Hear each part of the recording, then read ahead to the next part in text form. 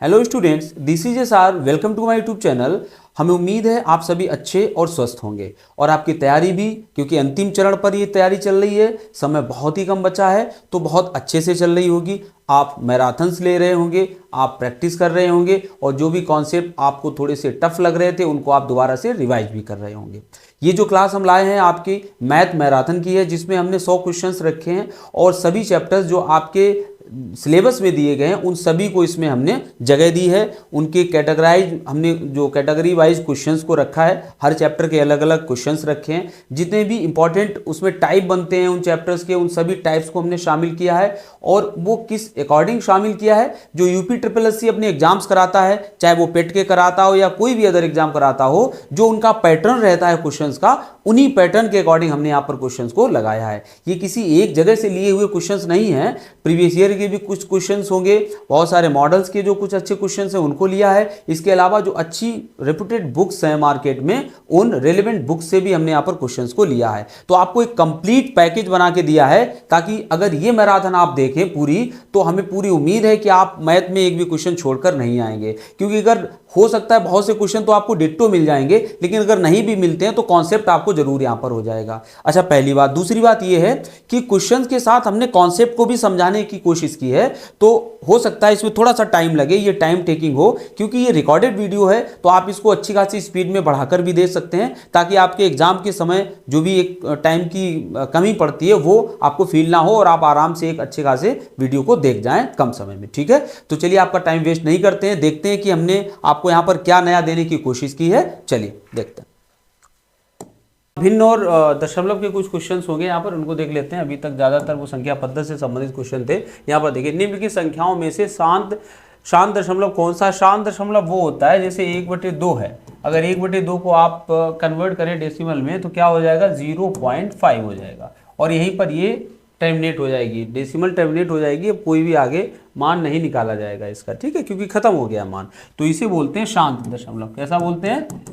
शांत। अगर हम यहीं पर 1/3 करते हैं तो क्या आएगा? 0.3333 और इनफाइनाइट तक चलता चला जाएगा। ऐसी दशमलव को क्या बोलते हैं? अशांत बोलते हैं। कैसा बोलते हैं? अशांत। ठीक है, तो यहां पर ऐसा कौन सा है आप चेक करके देखेंगे तो इसको भी 7 से 0.7 चौक 28, 2 20, 7 दूनी 14 और 7 दूनी 14, कितना बचा?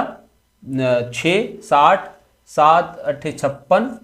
इस तरह से ये कंटिन्यू चलता चला जाएगा। फिर से 40 हो जाएगा, 7 पन्ना 35, ऐसे चलता चला जाएगा। और इसी तरह से सबके मान आप देखोगे तो एक टर्मिनेट नहीं होंगे, ऐसे चलते चले जाएंगे। सिर्फ 1/2 ही ऐसा है जो टर्मिनेट हो रहा है, यानी यही हमारा शांत दशमलव हो जाएगा। आपको बेसिकली इससे मतलब नहीं, आपको मतलब होना चाहिए इससे कि कौन सा शांत होता है, कौन सा अशांत होता है। अगला देखते हैं। अगला क्वेश्चन है, जब 0 पॉइंट, ये अच्छा कॉन्सेप्ट है, डेसिमल में 35 और ये चलता चला जाता है इनफाइनाइट तक, तो इसको हम लिख सकते हैं 0.35 के ऊपर हम क्या लगा देते हैं? बार लगा देते हैं। और जितनी भी अंकों के ऊपर बार लगा होता है उतने ही नीचे 9 हम भाग लगा देते हैं और ये दशमलव हम हटा लेते हैं और यही हमारा क्या हो जाता है? आंसर हो जाता है। और इसका 35/99 उत्तर हो जाएगा ए। ठीक है, 35/99। अगला देखिए,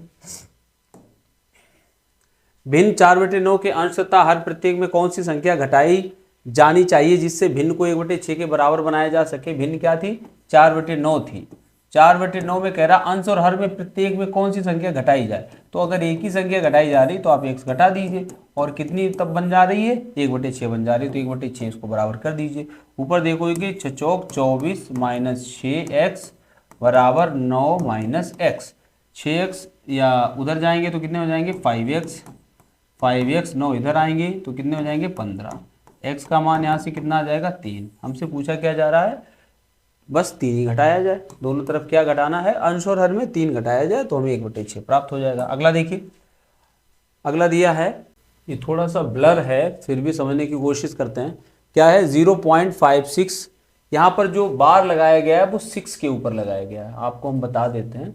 और 0.73, ये 7 है, 2 3, तो ये जो बार है ये 2 3 के ऊपर है। और 0.39 और 9 के ऊपर बार है 0.77 के ऊपर बार है का मान क्या होगा। ठीक है, अभी हम लोगों ने पढ़ा था अगर रेगुलर किसी में 0.3333 ऐसे करके दिया हो तो हम आराम से 0.3 के ऊपर बार लगा देते हैं, मतलब इनफाइनाइट बार जा रहा है तो बार लगा के इसको डिनोट कर देते हैं। या फिर 31313131 हो तो 31 लिख के 31 के ऊपर बार लगा देते हैं।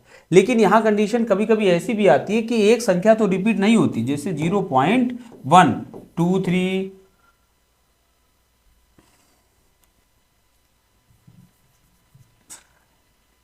1 2 3 2 3 2 3 इस तरह का कभी कभी आ जाता है, तो उसको कैसे डिनोट किया जाता है, 1 तो ऐसे ही रहता है और 2 3 के ऊपर क्या लगा देते हैं, बार लगा देते हैं। बस ये संख्याएं जो लिखी हैं वो वही वाली लिखी हैं, जब जो रिपीट हो रहा है केवल उसी के ऊपर बार रहेगा। इसको कैसे सॉल्व करते हैं वो आप देखिए। ठीक है, तो ये काफी क्वेश्चंस हैं जो आपके एग्जाम में पूछे जा सकते हैं, इनके चांसेस हैं। चलिए देखिए, तो 0.56 था, 56 के ऊपर 6 के ऊपर बार था, माइनस 0.723 के ऊपर बार था और प्लस 0.39 के ऊपर बार था इंटू 0.7 के ऊपर बार था। चलिए इसको लगाते हैं, तो वहां पर क्या होता था, जितने के ऊपर बार उतने 9। यहाँ पर क्योंकि छूट रहा है तो पूरा पहले लिखते हैं, इसका नियम ये होता है पूरी 56 पूरी संख्या लिख लेंगे, माइनस जिसके ऊपर बार नहीं उसको माइनस कर देंगे, ये इसका नियम होता है, और बटे जितने के ऊपर बार है उतने तो 9 लगाएंगे और जितने के ऊपर नहीं है उतने 0। फिर से समझ लो, बस यही बात है, और यही बस टोटल डेसिमल में अगर कुछ भी टफ है तो बस इतना ही है।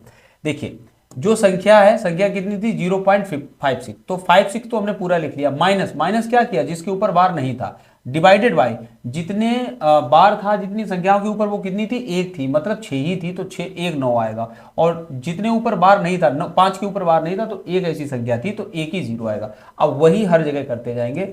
ये कितना हो जाएगा, ये हो जाएगा 7 2 3 और माइनस का कितना हो जाएगा, माइनस का 7 हो जाएगा, डिवाइडेड बाई, अब ये देखो 2 है तो 2 9 कर दीजिए और एक बार नहीं तो 1 0 कर दीजिए, प्लस 3 9 माइनस 3 डिवाइडेड बाई 1 9 और उसके आगे 0 है ना, 9 और उसके आगे 0, और गुणे में क्या चल रहा है 7 और 7/9।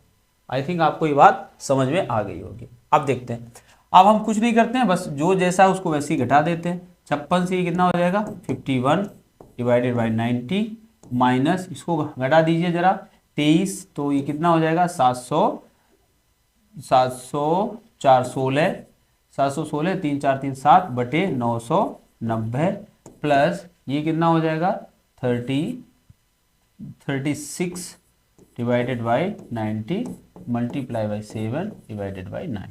अब अगर हम इसका एलसीएम ले लेते हैं तो कितना आ जाएगा 990, है ना, 990 आ जाएगा।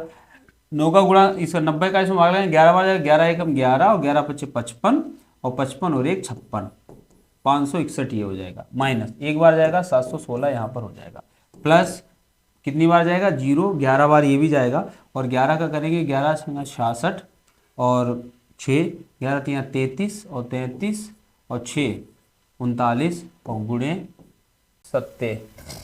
इसको हम सिंपल कर सकते थे, इसको सिंपल कर सकते थे, ये हाँ मल्टीप्लाई को सिंपल कर लीजिए, कितना था गुणे 7/9 था, तो कितनी बार जाएगा 9 चौक 36 7 चौक 28। ठीक है, तो ऊपर हम इसको लिख सकते हैं कितना 28/90, हम इसको लिख सकते हैं 28/90। ठीक है, तो 0 11, अब इसको लगा दीजिए दोबारा से, हाँ 9 0 कितना 11 11 8 88 की 8 और यहाँ से लगे 8 11 दूनी 22 और 22 8 308। ठीक, अब देखते हैं इसको कैलकुलेट कर लेते हैं, कितना आएगा मान 508 1 9 और 0 6 और 5 3 8 माइनस 716 डिवाइडेड बाई 990। ठीक है, वैल्यू कितनी आएगी इस तरफ निकाल लेते हैं, 6 से 3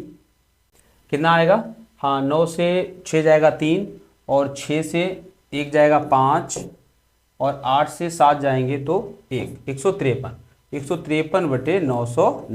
हमें ये प्राप्त हुआ है। अब आप ये जानते होंगे 990 बटे कब किया जाता है, मतलब कम से कम 2 पे बार चढ़ा होगा, तो 2 वो कौन सी संख्याएं होंगी, एक होगी 5 एक होगी 3 और 0 मतलब एक यहाँ पर छूटा होगा।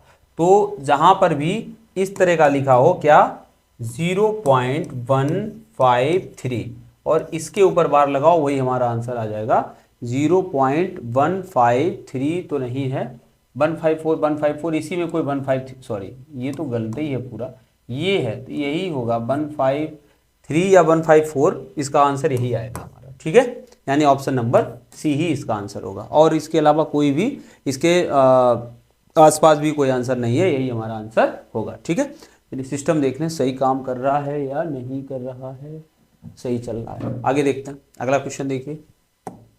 अगला क्वेश्चन है 7/9, मोस्ट इंपॉर्टेंट है ये क्वेश्चन। भिन्नों को आरोही अवरोही में पूछा जाना या छोटा बड़ा पूछा जाना बहुत ज्यादा पूछा जाता है सवाल। चलिए देखते हैं। 7/9 है, 10/12, 13/15, 16/18 में कौन सी भिन्न सबसे छोटी है। देखिए भिन्न को छोटा या बड़ा देखने के कई सारे तरीके होते हैं। अगर हम पहले तरीके की बात करें तो अगर हर समान है, क्या समान है, हर समान है, तो बड़ी कौन होगी, बड़ी होगी जिसका क्या बड़ा, जिसका अंश बड़ा। हर समान होने पर जिसका अंश बड़ा है वो भिन्न बड़ी होगी। और अगर किसी के अंश समान है, अंश कैसे हैं, समान है, मतलब ऊपर वाली संख्या समान है, तो बड़ी भिन्न कौन सी होगी, जब अंश समान है तो जिसका हर छोटा है वो संख्या कैसी होगी, बड़ी होगी, वो भिन्न कैसी होगी, बड़ी होगी।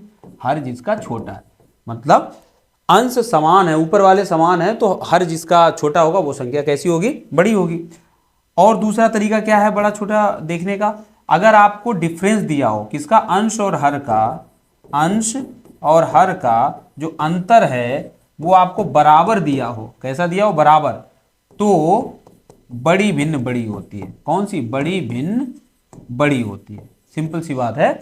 यहां पर डिफरेंस देखिए 2 का डिफरेंस है, यहां पर डिफरेंस देखिए 2 का है, 13/15 में भी 2 का है, 16/18 में भी 2 का है, तो बड़ी कौन सी होगी, ऑब्वियसली 16/18। जो बड़ी होगी वही बड़ी होगी। ये सिंपल रूल होता है जब भिन्नों के अंश और हर में अंतर कैसा हो, समान हो, 16/18 इसका आंसर हो जाएगा। बाकी निकालने के तरीके बहुत सारे होते हैं। आप हर का अंश में भाग लगा के डेसिमल में वैल्यू निकाल सकते हो, तब भी आपका आंसर आ जाएगा। आप लासा ले सकते हो, तब भी आपका आंसर आ जाएगा। आप समान संख्या का ऊपर नीचे गुणा कर सकते हो, और आपके अगर हर या अंश समान हो रहे हैं तब भी आंसर आ जाएगा। बाकी कुछ ये रूल्स होते ही हैं भिन्नों से संबंधित। ठीक है, चलिए अगला देखिए।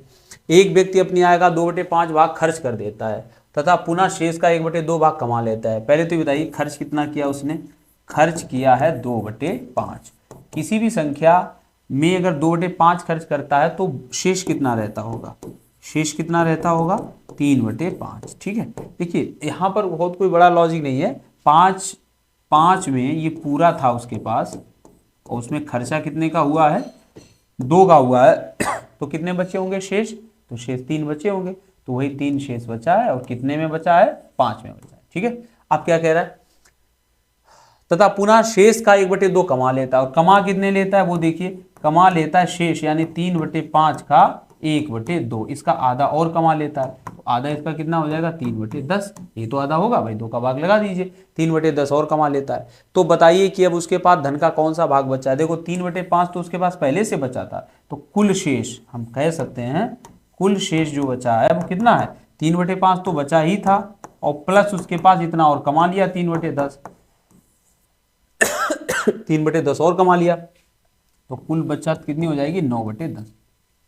क्लियर होगा सवाल ये। ठीक है, खर्च दिया था हमने, शेष निकाल लिया, और शेष का और कमा लेता है आधा, तो उसको भी इसी में जोड़ दिया कि हमारा बचा 9/10 आंसर हो जाएगा। अगला देखिए, अगला है भिन्नों 2/9, 5/8, 1/3, 3/4 का आरोही क्रम बताइए, है ना। किस तरह का क्रम बताना, आरोही मोस्ट इंपॉर्टेंट है, हमने पहले कहा आरोही अवरोही वाले भिन्नों में सवाल सबसे ज्यादा पूछे जाते हैं। आरोही क्रम कैसे निकालेंगे, आप एक चीज देख सकते हैं यहाँ पर, आप चाहो तो डेसिमल में इसकी वैल्यू निकाल लो, कोई प्रॉब्लम नहीं है, आप डेसिमल में वैल्यू निकाल लीजिए और आपके आंसर आ जाएंगे। और चाहो तो आप सभी के हर समान कर लीजिए, आप लासा इसका ले लीजिए और हर समान आपके हो जाएंगे, तो भी आपका मान निकल आएगा। किसी भी कंडीशन से आप निकालिए, मान आपका निकल आएगा। ठीक है, 72 वैसे इसका लासा आएगा, 72 करके अब लगा सकते हो। लेकिन अगर पॉइंट में वैल्यू निकालनी हो हमें, तो हम कितनी निकालेंगे इसकी, क्योंकि देखिए अंश और हर का जो अंतर है वो अलग अलग है, इसीलिए वो तो चीज़ चलेगी नहीं डिफरेंस वाली, और बस यही चल सकती है। तो इसमें कितने का गुणा करते, अगर हमें सबको 72 बनाना हो, तो 72 बनाने के लिए क्या करेंगे, इसमें 8 का गुणा, ऊपर 8 का गुणा।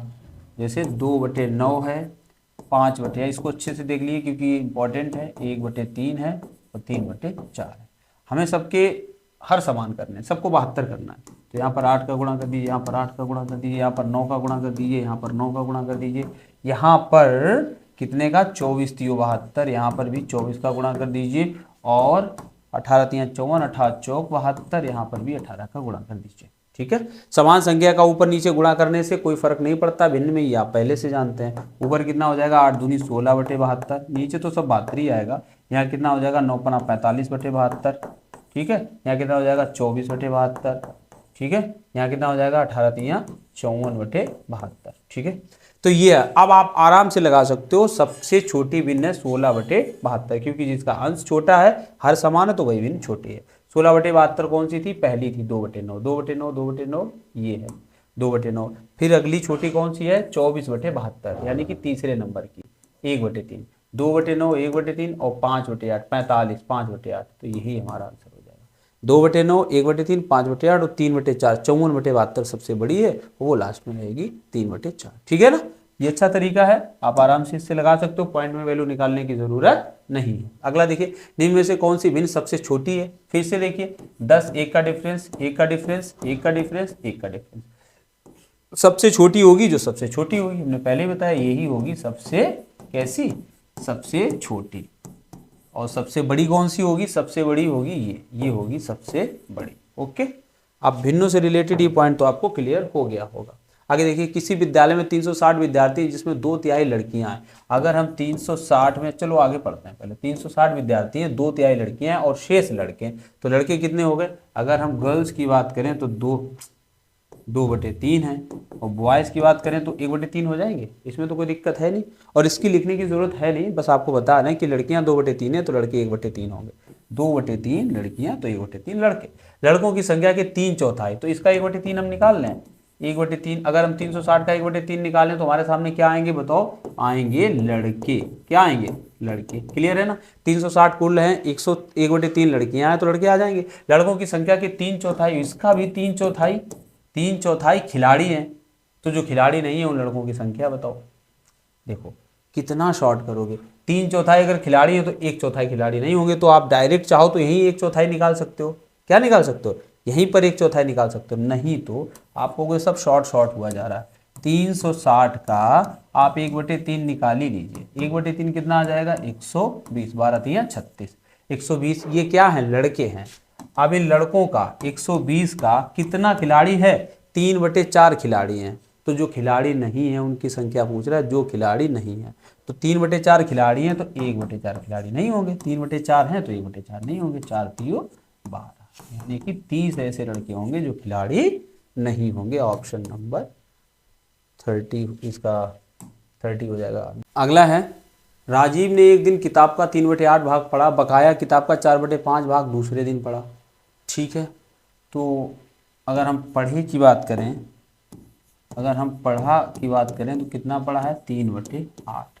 इसमें आप अच्छी तरह से जानते हो 8 पूरी किताब है, 8 क्या है पूरी किताब है, जिसमें से 3 क्या है पढ़ लिया, है ना। ये चीज़ आप भिन्न के रूप में जानते हो कि अंश में क्या लिखा होता है, पूरा जो काम हुआ होता है जिसकी चर्चा होती है वो अंश में होता है, और जो पूरा होता है जिससे तुलना की जाती है वो कहाँ पर होता है, हर में होता है। ठीक है, पढ़ लिया। अब क्या, बकाया किताब का 4/5 भाग। पहले बताइए शेष कितना बचा है, अगर 8 पूरा था तो शेष कितना बचा है, यहाँ डिफरेंस देखिए कितने का आ रहा है, 5 का डिफरेंस आ रहा है, कितने का 5 का, तो शेष कितना बचा है 5। ठीक है, शेष जो बचा उसका 4/5 भाग दूसरे दिन पढ़ लिया, और इसका भी उसने 4/5 पढ़ लिया है, तो 5 में 4/5 पढ़ लिया का मतलब क्या हुआ है, उसने 4 पढ़ लिया है। 5 में कितना पढ़ लिया है 4 वो फिर उसने पढ़ लिया, फिर पढ़ लिया, अब 4 तो फिर पढ़ लिया, और अब भी उसमें 30 पृष्ठ बच गए हैं। तो यहाँ देखिए 5 में अगर 4 पढ़ लिए हैं तो बचा कितना है 1,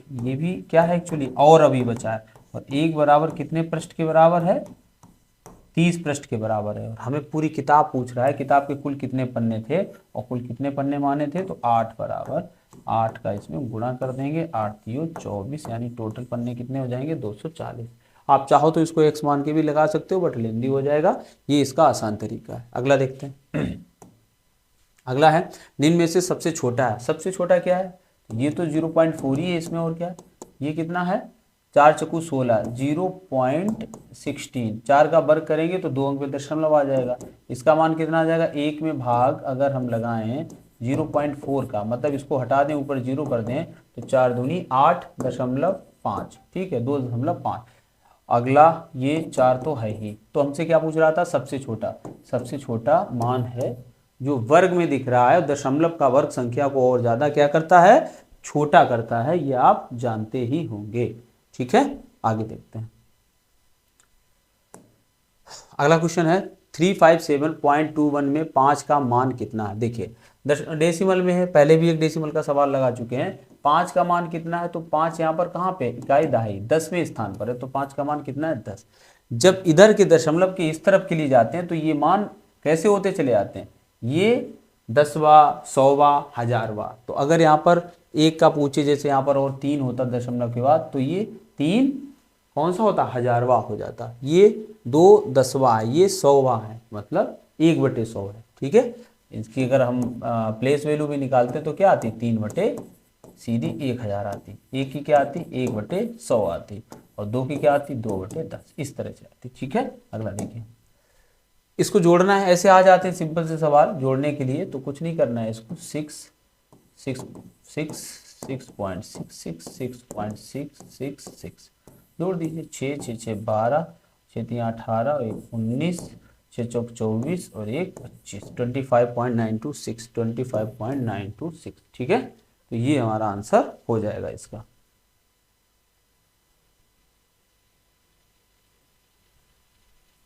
अगला देखिए, अगला क्वेश्चन है, फिर से ये बार वाला आ गया है, देख लेते हैं इसको कितना है, 2.36 है, -3.05 है और +4.33 है। बार कहाँ पे लगे हैं, एग्जैक्ट पॉइंट के बाद दोनों अंकों पे बार लगे हैं, तीनों संख्याओं में। ठीक है, चलिए देखते हैं हम इसको क्या कर सकते हैं, 2 प्लस है ना, अगर कहीं लिखा है 1.5 kg तो क्या मतलब 1 kg और आधा kg, यही तो मतलब हुआ, 1 kg और आधा kg। तो वही यहाँ पर हो जाएगा कि क्या हो जाएगा, 2 पॉइंट कह सकते हैं 2.3 या प्लस कर दीजिए 36 डिवाइडेड बाई 99, बार ऊपर 2 है तो नीचे दोनों आ जाएंगे, -3 प्लस 5 डिवाइडेड बाई 99 और +4 प्लस 33 डिवाइडेड बाई 99। यहाँ पर जरा इस तरह से आप कर दीजिए।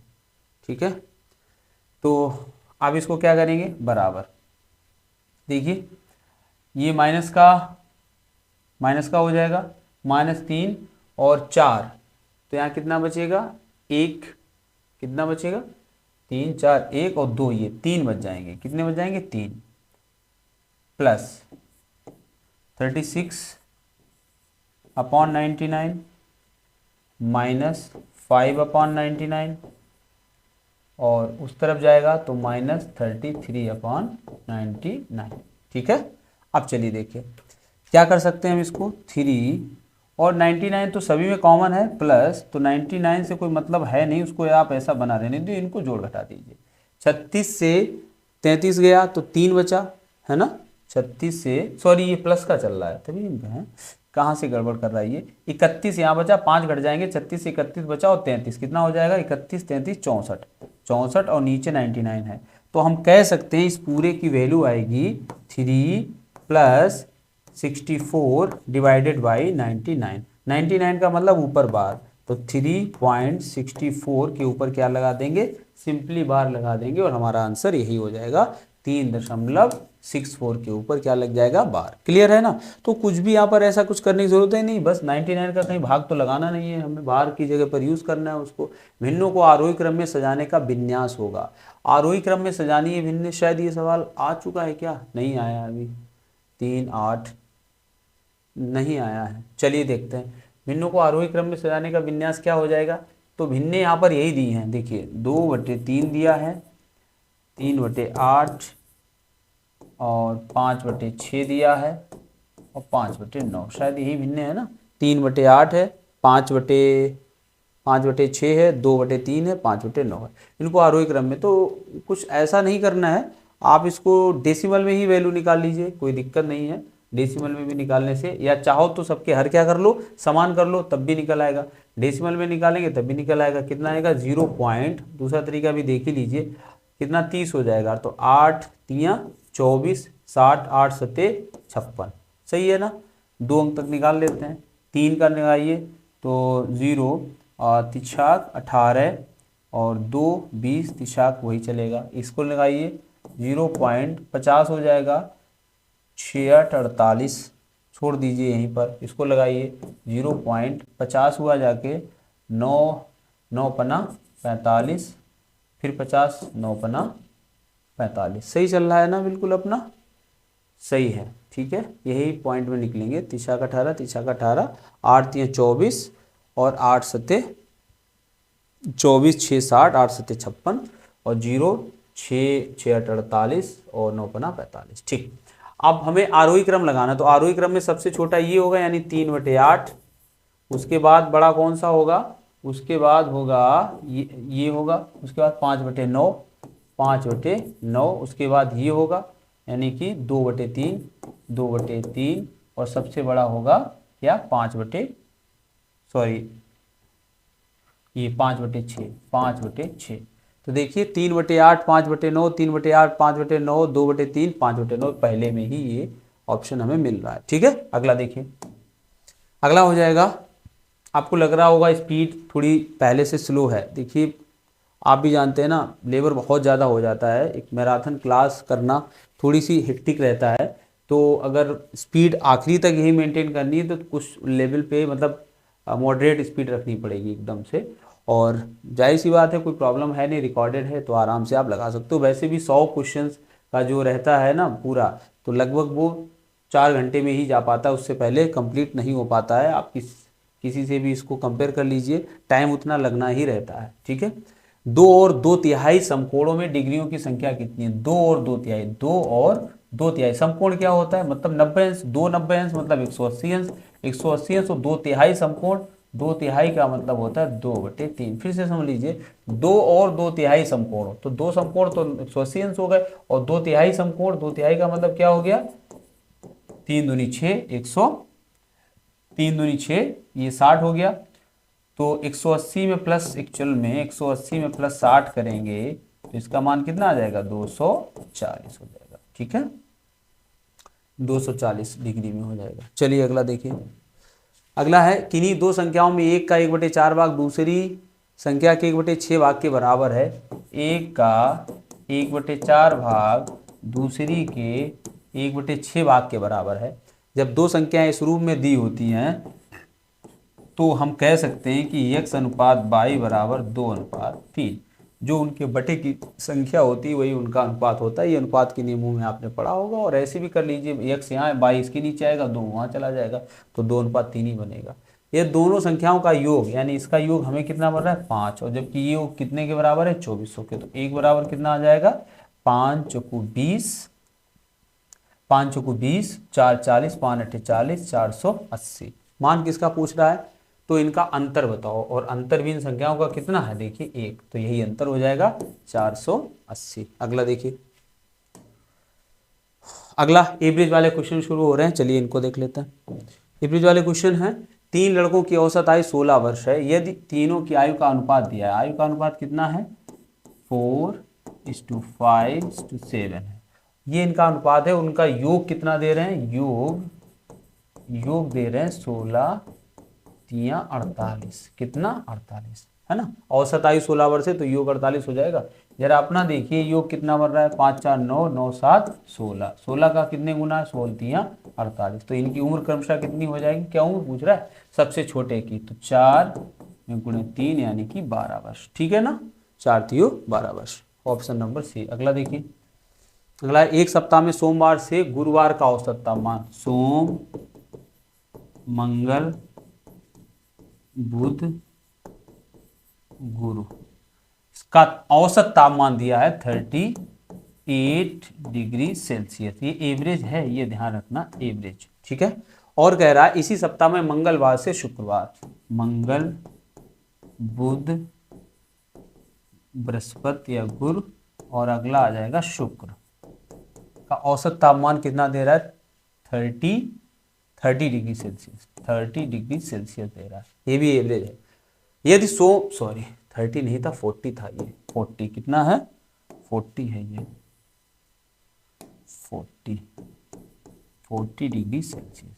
अब कह रहा है यदि मंडे का तापमान दे रहा है, मंडे का कितना दे रहा है, मंडे का 30 दे रहा है, तो हमसे पूछा है शुक्रवार का तापमान कितना होगा। देखिए यहाँ से आप देखेंगे, यहाँ से आप देखेंगे तो ये इसका औसत है। एक तरीका तो इसका ये है कि कितने दिन का, 1 2 3 4, 4 दिन का है, आप इसमें 4 का गुणा कर दीजिए, आप इसमें क्या कर दीजिए, 4 का गुणा कर दीजिए, आप इसमें 4 का गुणा करके आप इसकी वैल्यू निकालिए, 8 चौको 32 की 2 और 4 तियो 12 और 3 15, 152 आ गया है इन 4 दिनों के टेम्परेचर का योग। इन 4 दिनों का निकाल लीजिए तो इसमें भी 4 का गुणा कर दीजिए, मल्टीप्लाई बाय 4, 4 चौको 16, 160। अब इनका डिफरेंस आप देखिए, देखो मंगल यहाँ है, मंगल बुध बुध गुरु गुरु। अब सोमवार का डिफरेंस किसके साथ निकलेगा, शुक्रवार के साथ। कितना आएगा वो 160, यानी कि शुक्रवार वाली वैल्यू ज़्यादा है और वो डिफरेंस है कितने का, 8 का। तो सोमवार से शुक्रवार का जो टेम्परेचर ज़्यादा होगा वो कितना होगा, 8 ज़्यादा होगा। अगर मंडे का 30 है तो फ्राइडे का कितना हो जाएगा, शुक्रवार का पूछ रहा है, शुक्रवार का, तो फ्राइडे का 30 से ज़्यादा बढ़ के कितना हो जाएगा, 38। कोई दिक्कत नहीं है, आप इस बेसिक तरीका से लगा सकते हो, इतने कोई बड़ा कैलकुलेशन भी नहीं है कि इसको हम बहुत कोई ट्रिक से बताएं, अदरवाइज ट्रिक तो सब में होती है। ठीक है, यहाँ भी लग जाएगा कि 38 से 40 हो रहा है, 2 बढ़ रहा है, कितना बढ़ रहा है, 2, कितने का बढ़ रहा है, 4 दिनों का, तो 4 दूनी 8 बढ़ रहा है, तो 8 बढ़ा दीजिए इसमें से। जब 8 आप बढ़ाएंगे 30 में, तो 8 कितना हो जाएगा, 38। कुछ सवाल में तो यही था ना, एक सप्ताह में सोमवार से शुक्रवार का औसत तापमान 38 था, ठीक है, इसी सप्ताह में मंगलवार से और शुक्रवार का औसत तापमान 40 डिग्री सेल्सियस था।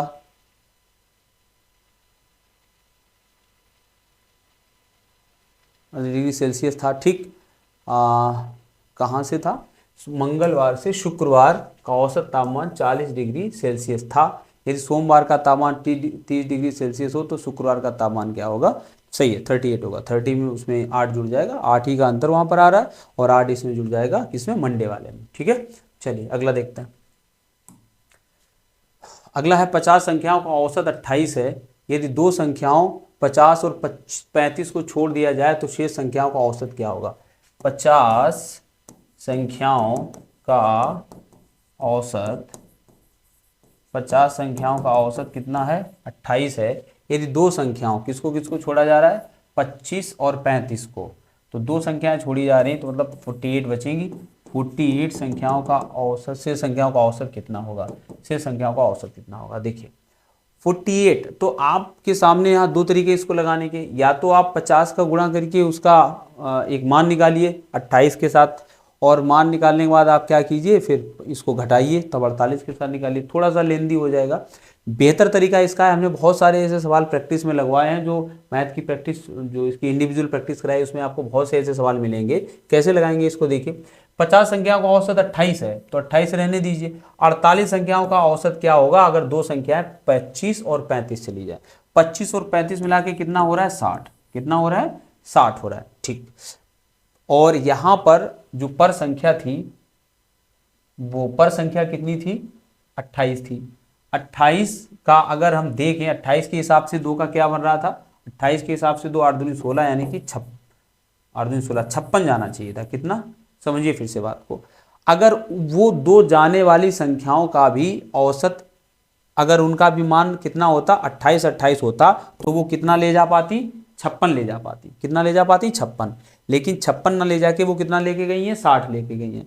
तो कितना ज्यादा लेके गई है, 4 ज्यादा लेके गई है। अब ये 4 जो ज्यादा लेके गई है, ये कितने पे असर डालेगा, 50 पे।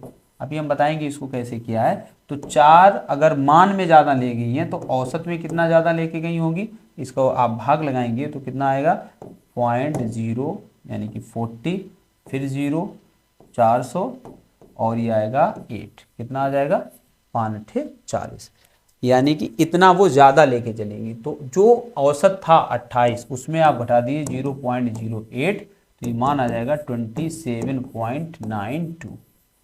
आप इसको फिर से समझिए, इस सवाल को 27.92 फिर से समझिए। देखिए 50 संख्याओं का औसत 28 था, दो संख्याएं चलेंगी तो बची कितनी 48। दो संख्याएं क्या चलेगी हैं, एक चलेगी 25, एक 30। आप इनको अलग अलग ना मानिए क्योंकि ऐसे फिर दिक्कत हो जाएगी। आप इनको पूरा मान के चलिए, मान लीजिए ये 25 और 30 मिला के 60 चलेगी। जाना कितना चाहिए था, आप हमेशा ये सोचो कितना जाना चाहिए था, 56 जाना चाहिए था। 28 दूना 56 है ना, 56 जाना चाहिए था। कितना ज़्यादा चला गया है, 4। हम तो कह रहे हैं वो 28 गई, लेकिन 4 ज़्यादा लेके चलेंगे। वो 4 का असर, ये जो 4 है ये मान में ज़्यादा गया, ये कितने पे असर डालेगा, 50 संख्याओं पे। इसका मान 50 पे जुड़ा था ना, तो 50 पे अगर हम देखेंगे तो इसकी वैल्यू कितनी आएगी, एवरेज में अगर देखेंगे तो 50 का भाग लगाएंगे तो 0.08 का एवरेज इसने कम कर दिया है। सबका कम किया है तो वहीं वहाँ पर घटा देंगे तो मान आ जाएगा 27.92। ठीक है। अदरवाइज दूसरा तरीका है, आप इसमें आराम से गुणा कीजिए, 50 का 28 में कीजिए और इसके बाद आपका एक मान आएगा, उसमें से आप घटा दीजिए, 60 घटा दीजिए। ठीक है। और जो 48 का भाग लगाइए, आपका एक एवरेज आ जाएगा। अगला देखिए, अगला है, एक कक्षा के 24 लड़कों तथा अध्यापक की औसत आयु 15 वर्ष है। देखिए 24 लड़के हैं, 24 लड़के हैं और प्लस एक अध्यापक है, एक अध्यापक है। 24 लड़के और एक अध्यापक की जो एवरेज आयु है वो कितनी है, 15 वर्ष है, 15 वर्ष है। ठीक है। अध्यापक छोड़ दिए जाते, देखो ऐसे सवालों में सबसे ज़्यादा तो यही आते हैं, कोई छोड़ के चला जाता है या फिर कोई उसमें आ जाता है। अध्यापक को छोड़ दिए जाने पर औसत आयु 1 वर्ष कम हो जाती है। तो मतलब केवल जब 24 लड़के रह जाते हैं, यही लड़के रह जाते हैं, तो उनकी औसत आयु कितनी रह जाती है, 1 वर्ष कम, यानी 14 वर्ष रह जाती है। ठीक है, रह जाती है। अध्यापक की आयु कितनी थी, देखो अब आप ये देखिए, फिर से वही तरीका है, या तो आप 24 यानी टोटली कितने हैं, ये 25 लोग हैं, कितने लोग हैं 25, 15 में गुणे 25। ठीक है, तो कितना हो जाएगा 25, 25 पंचे 125 की 5 हासिल लगे 12 और 25 सेकंड 25 और 12 37, 375। ठीक है। अब दूसरा क्या है, 24 लड़के बचे हैं और जिनका दे तो रहा है वो 14 बचा है, तो इसमें 24 का गुणा कर दीजिए। तो 24 का गुणा 14 में करेंगे, 14 चौको 56, 56 और 14 28, 28 और 5, 28 5 33। तो यहाँ से आप निकाल सकते हो, जब 375 से 336 घटाओगे तो इसका मान 15 6 9 और ये 6 3 3 39, यानी कि जो अध्यापक गया होगा उसकी एज कितनी रही होगी, अध्यापक की एज कितनी रही होगी, 39 वर्ष की रही होगी, ज़्यादा रही होगी, तभी तो औसत कम हुआ है। एक तो तरीका ये है जो कि बेसिक कहलाता है। दूसरा तरीका क्या है, 24 लड़के प्लस अध्यापक, 15 यहाँ बन रहा था, आप देखिए 15 बन रहा था। हम तो कह रहे हैं कि 15 वो अपनी लेके चला गया, कितनी लेके चला गया, 15 तो वो लेके चला गया। अब होता क्या है कि यहाँ पर एक कम हो जा रहा है, एक कम किसका हो रहा है, 24 का कम हो रहा है। कितने का भाई, 15 तो हम कह रहे हैं, अध्यापक 15, सबकी 15 15 थी, 24 लड़के प्लस अध्यापक 15 15 थी, एवरेज का मतलब 15 15, तो 15 तो वो अध्यापक लेके गया है, अध्यापक मतलब 15 लेके गया है, प्लस क्या हुआ और आगे क्या होता है, 24 लड़कों की 14 रह जाती है, यानी इनकी एक एक कम कर दी उसने, एक एक कम कर दी का मतलब सबके में एक एक उसने निकाल लिया होगा, तो वो टोटल कितने का गया होगा, 39 का गया होगा। दूसरा इसका ये तरीका, आराम से अगर सोच पाते हो तो आराम से इसको लगा सकते हो। अगला है क्वेश्चन, 6 संख्याओं का औसत 30 है, 6 संख्याओं का औसत कितना है, औसत जो है वो 30 है। इनमें से प्रथम 4 संख्याओं का औसत 25 है। प्रथम 4, ये सवाल बहुत आता है, मतलब 6 का दे दिया है और प्रथम 4 का कितना है, 25 है। अंतिम 3 का कितना है, 35 है। तो चौथी संख्या बताओ। देखो यहाँ कितनी होनी, 4 3 7 हो गई कि नहीं हो गई, एक संख्या है 2 बार जुड़ गई यहाँ पर, प्रथम 4 का फिर अंतिम 3 का, तो कहीं ना कहीं इस तरह से ये हुआ है, इस तरह से ये 4 संख्याएं और ये 3 संख्या 7 हो गई, एक यहाँ पर कॉमन संख्या हो गई होगी, क्योंकि अल्टीमेटली संख्याएं कितनी है, 6 है ना। ये चीज़ आप समझ रहे होंगे किस तरह से 2 बार एक जुड़ गई बीच वाली, तो वही कौन सी जुड़ गई है, चौथी संख्या। चलिए, तो क्या कह रहा है, अब चाहो तो फिर से बेसिक 6, कोई बहुत कठिन तो है नहीं, 6 3 18, 180 बन रहा था इनका कितना बन रहा है, 25 चौको 100 और 35 3 105, इनका योग कितना बन रहा है, 5 205। देखो 205 बन रहा है जब एक संख्या 2 बार जुड़ गई, यानी 7 संख्याओं का औसत बन रहा है 205, सॉरी योग बन रहा है 205, और 6 संख्याओं का योग बन रहा है 180। इनके बीच का जब आप डिफरेंस निकालोगे तो कितना आएगा, आपको मिलेगा ये 25 का डिफरेंस। कितने का, 25 का। तो वो संख्या कितनी हो जाएगी,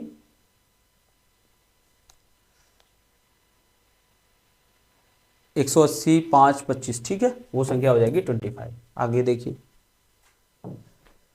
आगे एक परीक्षा में 4 विषयों में प्राप्त कुल अंक 200 हैं। 4 सब्जेक्ट में प्राप्त कितने हैं, 200 हैं।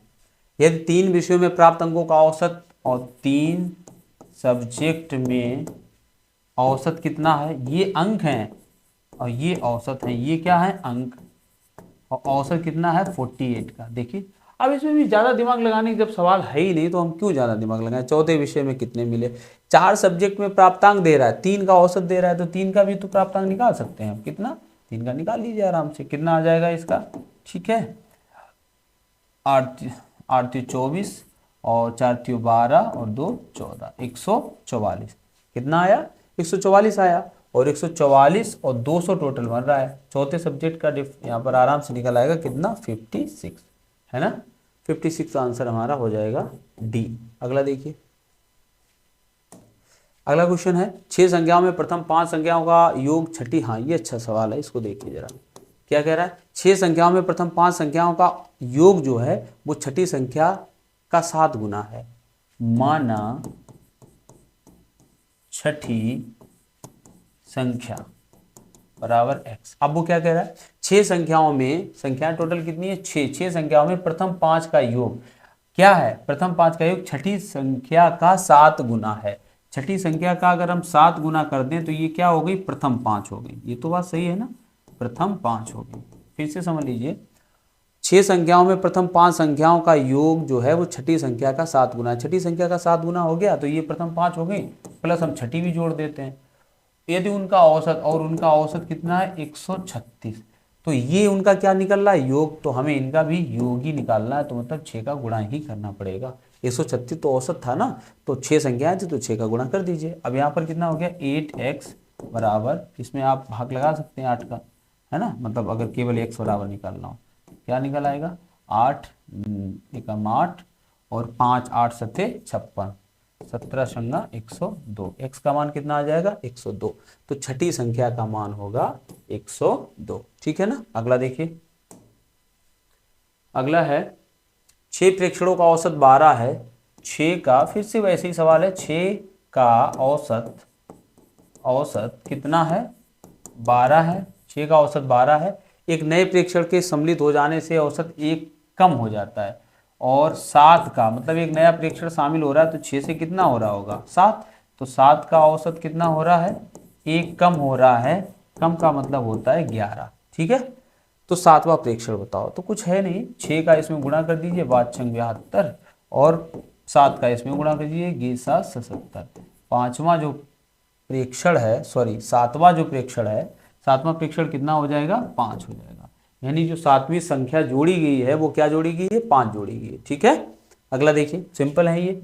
अगला देखिए, 3 के प्रथम 5 गुणजों का माध्य ज्ञात कीजिए। 3 के प्रथम 5 गुणज, मल्टीपल आपको पता होता है कि उसके पहाड़ा ही होते हैं। 3 के बाद उसका क्या आएगा, 6 के बाद 9 के बाद 12 के बाद 15। प्रथम 5 गुणज चाहिए, प्रथम 5 गुणज यही होते हैं, ठीक है। 3 के का माध्य चाहिए। माध्य का मतलब होता है इन सभी को जोड़ के और जितने प्रेक्षण हैं उनकी संख्या का भाग। 5 है तो 5 का भाग। 6 3 9 2 18, 18 12 30 और 30 15 45, 45/5 यानी कि कितना आ जाएगा, 9 पन्ना 45। इसका मान कितना आ जाएगा, 9, ठीक है ना। अगला देखिए, अगला है किसी 5 सदस्य वाले परिवार की औसत आयु 20 वर्ष है। ये अच्छा क्वेश्चन है, इसको देखिए जरा।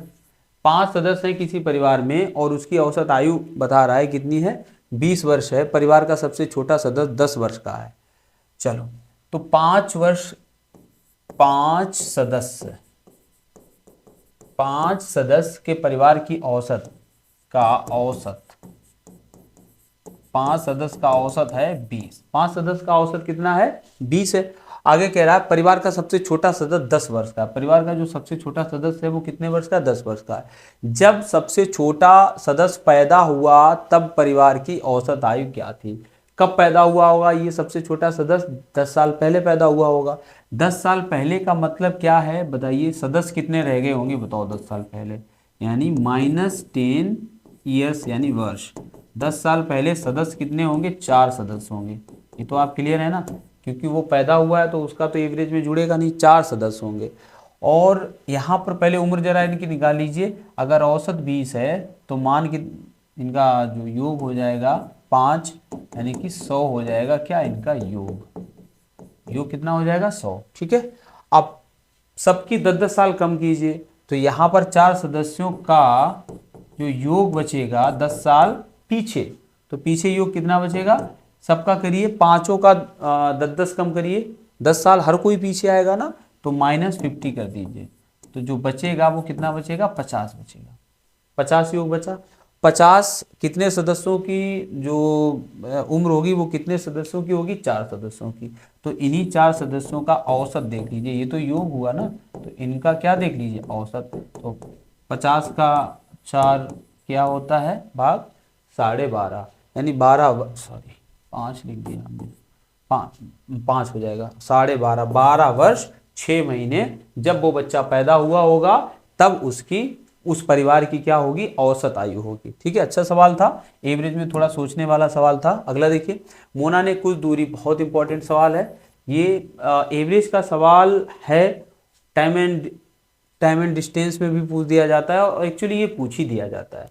इसके लिए फॉर्मूला होता है औसत चाल बराबर, पहले समझ लीजिए सवाल क्या होता है। हम यहाँ से कहीं गए, मान लीजिए कोलकाता गए, कितना गए, कोलकाता गए, किस स्पीड से गए, 50 की स्पीड से, ये गए हैं, और वापस आए हैं 60 की स्पीड से, 60 kilometre per hour, 50 kilometre per hour. और इस कंडीशन में जब समान दूरी एक दूसरी चाल से तय की जाती है, एक तरफ से, दूसरी चाल से तय की जाती है दूसरी तरफ से, तो उसके लिए औसत चाल का फॉर्मूला बनता है, औसत चाल बराबर 2x by upon x plus Y. ठीक है, तो 2x बाई मतलब क्या हो जाएगा, 2x, x का मतलब कितना था, 10 और y का मान कितना था, 12 बटे 10 में प्लस 12, तो मान कितना आ जाएगा, 12 10 22, तो 2 में गुणे 10 में गुणे 12 बटे 22, 11 बार 120 बटे 11, तो कितना आ जाएगा, औसत चाल 11 एकम 11, 1 10, 10 सही 10 बटा 11 किलोमीटर पर आवर उसकी एवरेज स्पीड हो जाएगी। ठीक है, बाकी ऑप्शन यहाँ नहीं दिया है लेकिन यही इसकी होगी। अगला देखिए, अंकगणितीय समीकरण यहाँ से आ गए। ठीक है, तो चलिए हम पानी पी लेते हैं, हालांकि आपको इसके लिए कोई प्रॉब्लम नहीं होगी, वीडियो वहीं से शुरू हो जाएगा जहाँ से आप देख रहे होंगे।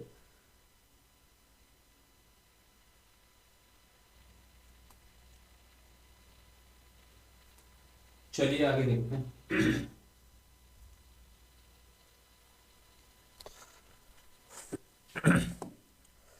अगला क्वेश्चन है 2 इंटू, हाँ ये एक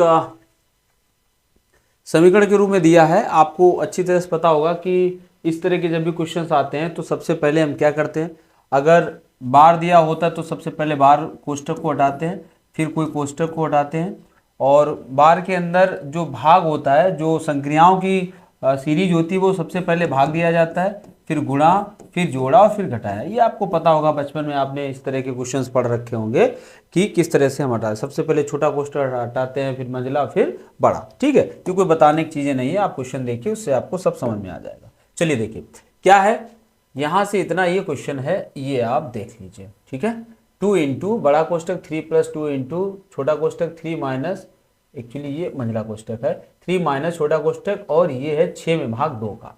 तो हम शुरू कहां से करेंगे, ना तो कहीं से नहीं करेंगे, आप अच्छी तरह से जानते होंगे इसकी शुरुआत कहां से होगी, यहां से। क्या होगी, 3 ये रहेगा। ठीक है, आप इसको 3 कर लीजिए, -3, ये कोष्टक हटा देंगे छोटा वाला और ये लगा देंगे। ठीक है, बाकी प्लस का 7 इधर था, इंटू का 2 इधर था, प्लस का 3 इधर था, और इसको भी आपने बंद किया हुआ था और मल्टीप्लाई बाई 2, इस तरह से चल रहा था ये, ठीक है। और इसको भी पूरे से ऐसे बट कर दीजिए। अब आगे देखिए देखिए 2 गुणे में चल रहा था कितना, ये 3 क्या हो जाएगा 0। जब ये 0 होगा तो ये भी मान कितना हो जाएगा, 2 का गुणा ये भी 0, यानी अंदर बचेगा 3 + 0 और +7, क्योंकि 7 अंदर है 2 के भी, ये बचेगा अंदर। अब इधर देखिए ये क्या हो गया, 7 और 3 10 और 10 और मैं गुणे 2, यानी पूरे का मान कितना आ जाएगा 20 आ जाएगा, ठीक है। आपको इस तरह के सवाल बहुत सारे आपने लगाए होंगे, तो बहुत ज़्यादा इस पर डिस्कस करने की ज़रूरत है नहीं। आगे देखते हैं। हाँ, ये बहुत ही आप कह सकते हैं मोस्ट इंपॉर्टेंट है, इस ये पैटर्न आता है और बहुत बार ये क्वेश्चंस पूछे जा चुके हैं यूपी SSSC द्वारा अपने बहुत सारे एग्जाम्स में। ये पैटर्न बनता है एक फॉर्मूले की फॉर्म में, और आपको पता है वो फॉर्मूला अच्छी तरह से कौन है। अगर यहीं की हम बात करें तो माइनस है, यानी a³ - b³ फॉर्म ऊपर बनेगी जाके, और इसका नीचे बनेगा जाके a² + b² - ab, ठीक है। उसकी बात हम बाद में करते हैं, पहले देखते हैं फॉर्मूला होता क्या। a³ - b³ बराबर होता है a - b, एक कोष्टक में a² + b², सॉरी ये माइनस लग गया, ये प्लस होता है, +ab, ठीक है। देखिए फिर से a³ - b³ को जब ओपन करते हैं तो क्या होता है, a - b एक कोष्टक, ये माइनस है तो a - b एक कोष्टक में हो जाता है, आगे a² + b² + ab, ये फॉर्मूला होता है। अब यहां पर आप देखोगे तो 0.07 0.07 ये तीनों मिला के यहां पर हो कह सकते हैं 0.07 का होल क्यूब लिखा है, और -0.05 का क्या लिखा है, होल क्यूब लिखा है, ठीक है। और नीचे क्या लिखा है, ये देखिए 2 बार गुणा, यानी 0.07 का स्क्वायर है, प्लस क्या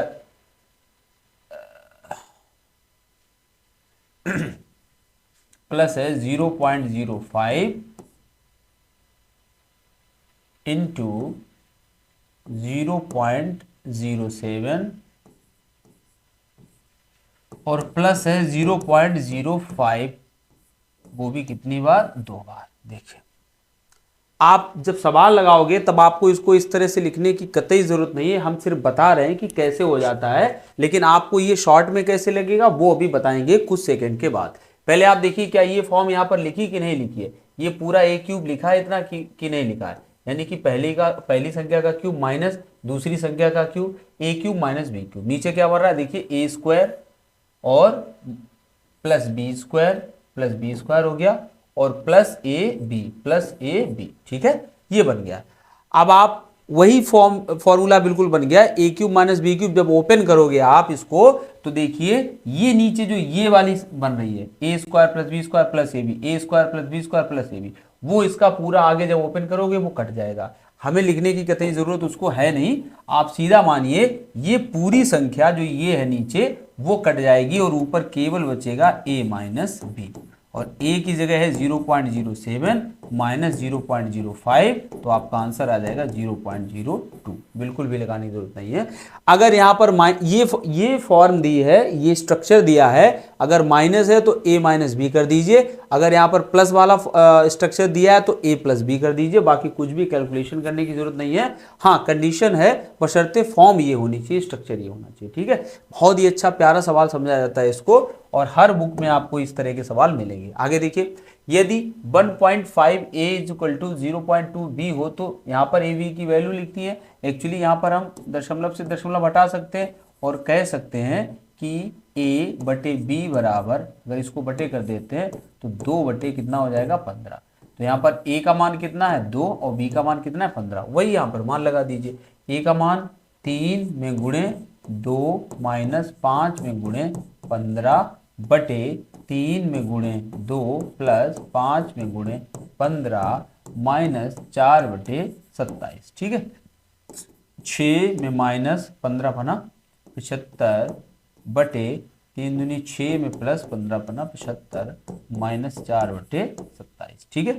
अब आप इसको घटाएंगे तो ऊपर कितना आ जाएगा, 75 से 6 गया यानी कि 69 डिवाइडेड बाई ये कितना हो जाएगा 81, और ये हो जाएगा माइनस का, और इधर माइनस के कितने थे 4/27, इनका एलसीएम लेंगे तो एलसीएम कितना आ जाएगा 81।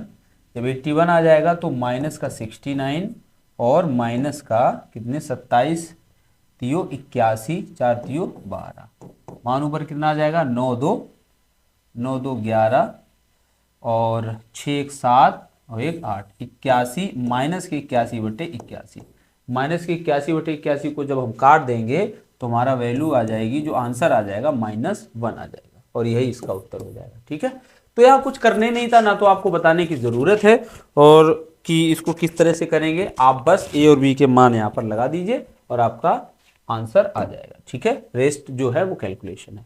इस तरह की फॉर्म जब भी आपको मिले तो उसको देखो कैसे लगाते हैं। √2 का मान दिया है 1.4142 दिया है यहाँ पर, ठीक है, उन्होंने मान दे दिया है और आपके सामने किस तरह का स्ट्रक्चर रख दिया और आपसे पूछा इसका मान क्या होगा। स्ट्रक्चर है 7/3 प्लस √2। ठीक है, हम अच्छी तरह जानते हैं कि इसके अगर हम जो बेस है उसका ऊपर नीचे चिन्ह बदल के गुणा कर सकते हैं और किया ही जाता है। 3 माइनस √2 और नीचे भी 3 माइनस √2। इससे फायदा क्या मिलता है, जो नीचे का मान होता है वो सरल हो जाता है। कैसे सरल होगा देख लीजिए, नीचे का सरल इस तरह से होगा, ये देखिए a प्लस बी एक कोष्टक में, a माइनस बी एक कोष्टक में, ऊपर क्या है 7 इंटू 3 माइनस √2 और नीचे देखिए a प्लस बी कोष्टक a माइनस बी कोष्टक, a स्क्वायर होता क्या है formula, a square minus B square बराबर होता है a प्लस बी एक जगह और a माइनस बी मल्टीप्लाई में दूसरी जगह।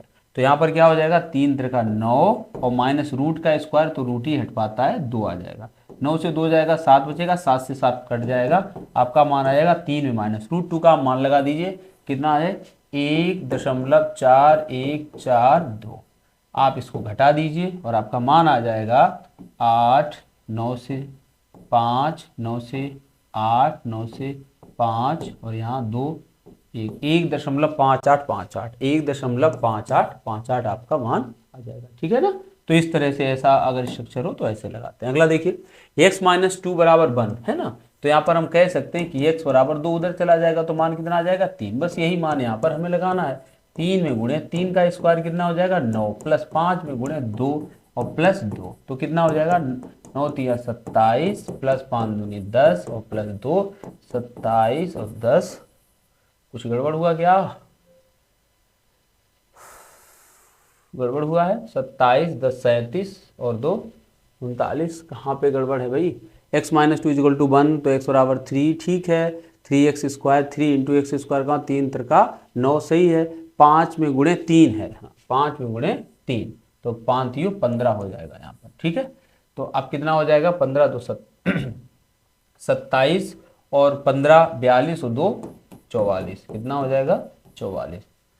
ठीक है, 44 इसका आंसर आ जाएगा। नेक्स्ट देखिए अगला है, हाँ ये भी अच्छा है और इसको लगाने के लिए बहुत ज़्यादा मेहनत की ज़रूरत है नहीं, बहुत सिंपल है इसको लगाना। कैसे लगाएंगे देखिए आप देखो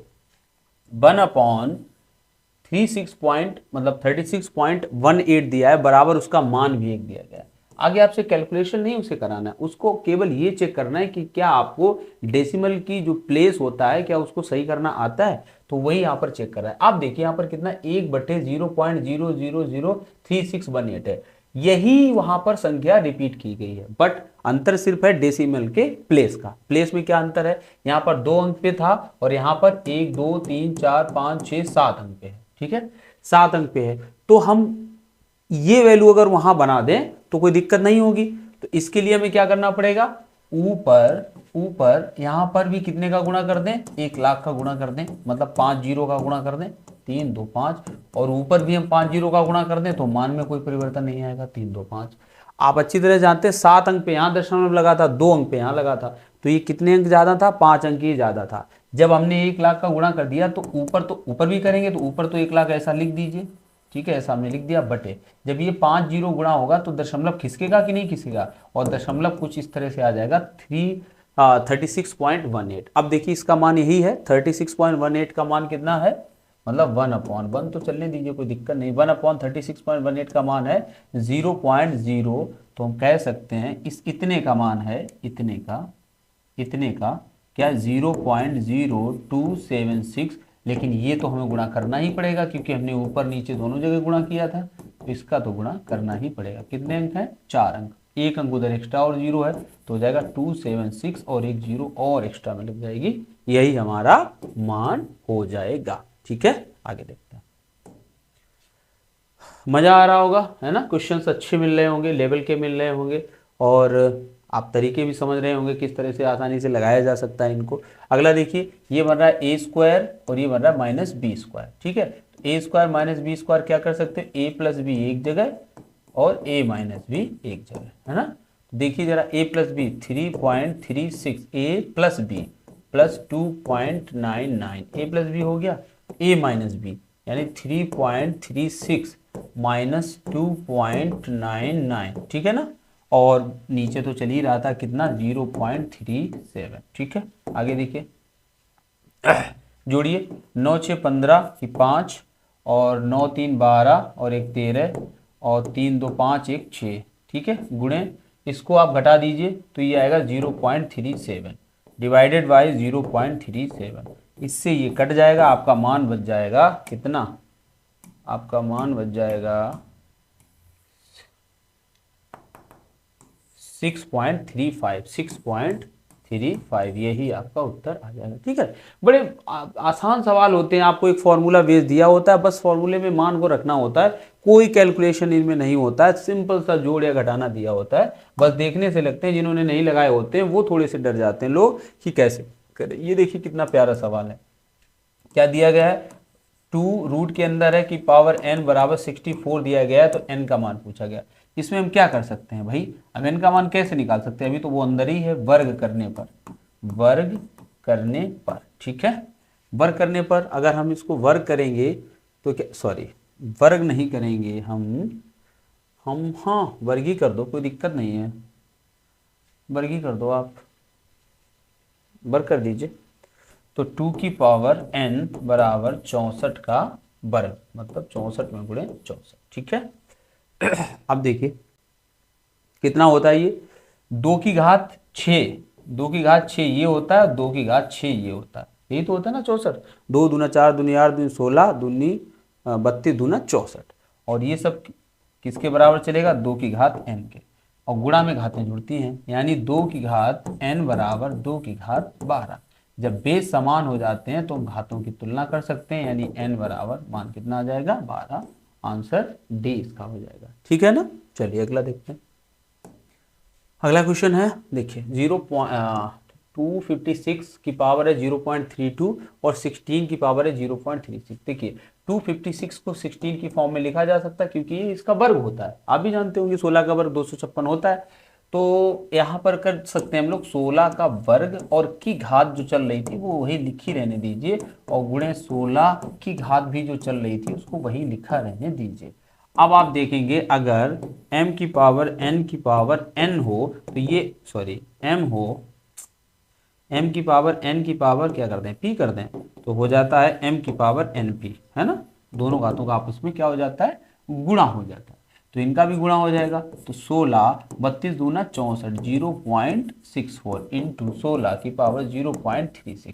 अब आपको ये भी पता होगा कि अगर x की पावर कहीं पर m दिया हो इंटू एक्स की पावर n दिया हो तो इसका मान हो जाता है x की पावर m प्लस n, है ना? गुणा में घातें जुड़ती हैं और भाग में घातें घटती हैं, तो ये 16 की पावर हो जाएगा 0.64 प्लस 0.36 जुड़ जाएगा, पूरे का मान होता है 1। 16 की पावर 1 का मतलब 16, इसका ही आंसर ही 16 आ जाएगा। ठीक है ना? चलिए अगला देखते हैं। अगला क्वेश्चन है, वर्ग और वर्गमूल से रिलेटेड क्वेश्चंस आ गए हैं, चलिए बढ़ते हैं आगे। क्या है? पहला क्वेश्चन है, निम्नलिखित संख्याओं में से कौन सी संख्या एक पूर्ण वर्ग नहीं है? देखिए कोई भी संख्या अगर दी हो, चाहे जितनी बड़ी दी हो, आपको लास्ट के 2 डिजिट कम से कम चेक करने रहते हैं, क्या लास्ट के 2 डिजिट जो डिजिट हैं वो किसी संख्या के वर्ग में आते हैं। तो 36 आपको पता है 6 के वर्ग में आता है, 44 144 12 के वर्ग में आता है, 96 14 के वर्ग में 196 आता है। ठीक है, तो ये दो अंक हैं वो किसी ना किसी संख्या के वर्ग में आते हैं, तो इसीलिए ये सभी संख्याएं कैसी होंगी? एक पूर्ण वर्ग संख्या होगी, और 32 किसी के वर्ग में नहीं आता, यानी यही एक पूर्ण संख्या नहीं होगी। ये पहचानने का एक ट्रिकी वे है, बाकी डिटेल तो चैप्टर में ही पढ़ाई जा सकती है। आगे देखिए, एक पूर्ण वर्ग में यदि इकाई का अंक 4 है, पूर्ण वर्ग में इकाई का अंक 4 है, पूर्ण वर्ग संख्या है कोई 4 है, ठीक है, तो उसके वर्गमूल में इकाई का अंक कितना होगा, वर्गमूल में इकाई का अंक कितना होगा, ठीक, 4। अच्छा, तो मतलब कह सकते हैं ना इनका वर्ग 4 होना चाहिए, यही तो कह रहा है ना, एक पूर्ण वर्ग में इकाई का अंक 4 है, ये वर्ग में इकाई का अंक 4 है, तो उसके वर्गमूल में इकाई का अंक, तो ये वर्गमूल होगा ना, तो इसका वर्ग करिए, तो 8 का वर्ग करेंगे तो 8 अठे 64, ठीक है, 2 का वर्ग करेंगे 2 दूना 4, तब दोनों में 4 आ रहा है, तो यानी कि 8 4 अंक इकाई का किस किस के वर्ग में हो सकता है, 2 के वर्ग में भी हो सकता है और 8 के वर्ग में भी हो सकता है। एक छोटा सा क्वेश्चन था ये, 10 16 24 तीनों से विभाजित होने वाली सबसे छोटी वर्ग संख्या क्या है। देखिए पहले तो आप ये बताइए, जो 10 से भी विभाजित हो, 16 से विभाजित हो, 24 से भी विभाजित हो, ऐसी संख्या क्या होती है।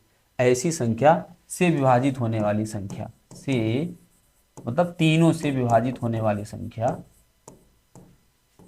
विभाजित होने वाली संख्या, वो हमेशा होता है इनका क्या, लासा। इनका लासा ही एक वो संख्या है जो सबसे विभाजित होगी। चलिए देखते हैं क्या हो जाएगी। लासा कितना आ जाएगा इसका, 10 किससे काट दें इसको, 2 से 5 बार गया, 16 किससे काट दें, 8 8 दूनी 16 8 3 24, 8 दूनी 16 8 3 24, 5 दूनी 10, 240। इसका लासा कितना आ जाएगा, 240 LCM, ठीक है। अब कह रहा है 10 16 तथा 24 तीनों से विभाजित होने वाली सबसे छोटी वर्ग संख्या क्या है।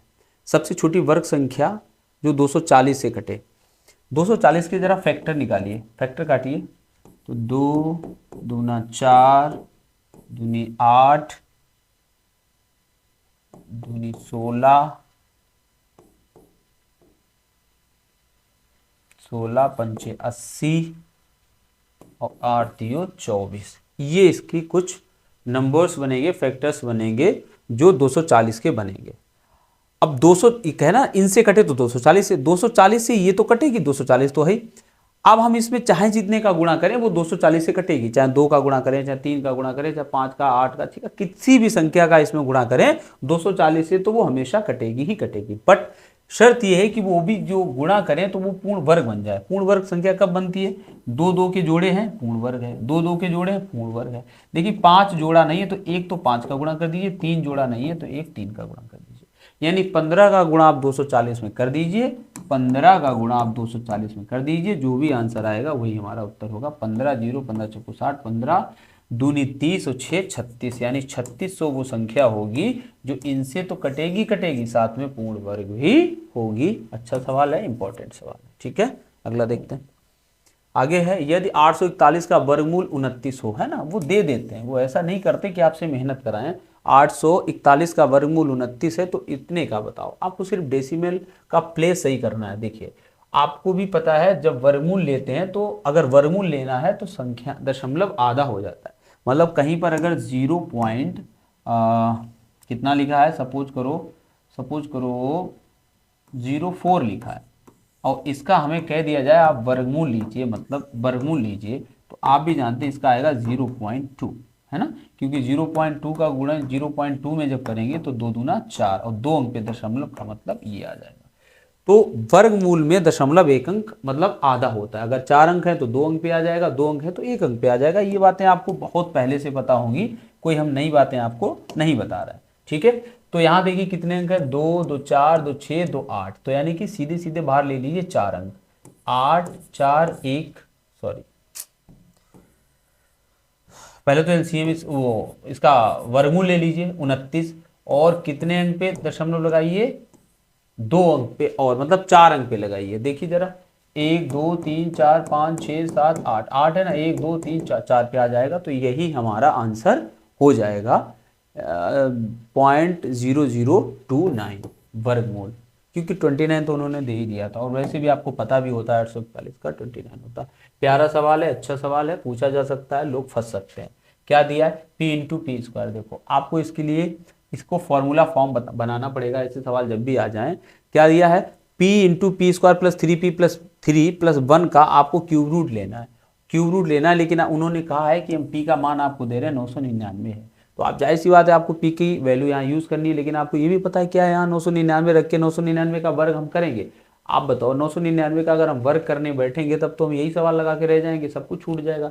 तो कुछ ना कुछ तो करना पड़ेगा। क्या करना पड़ेगा, आप इसको ऐसे चलाइए, आप अंदर बढ़िए, इसका हमें क्यूब रूट लेना है। आप पी को अंदर चलाइए, P cube plus 3p square plus 3p और प्लस 1 तो चल ही रहा था।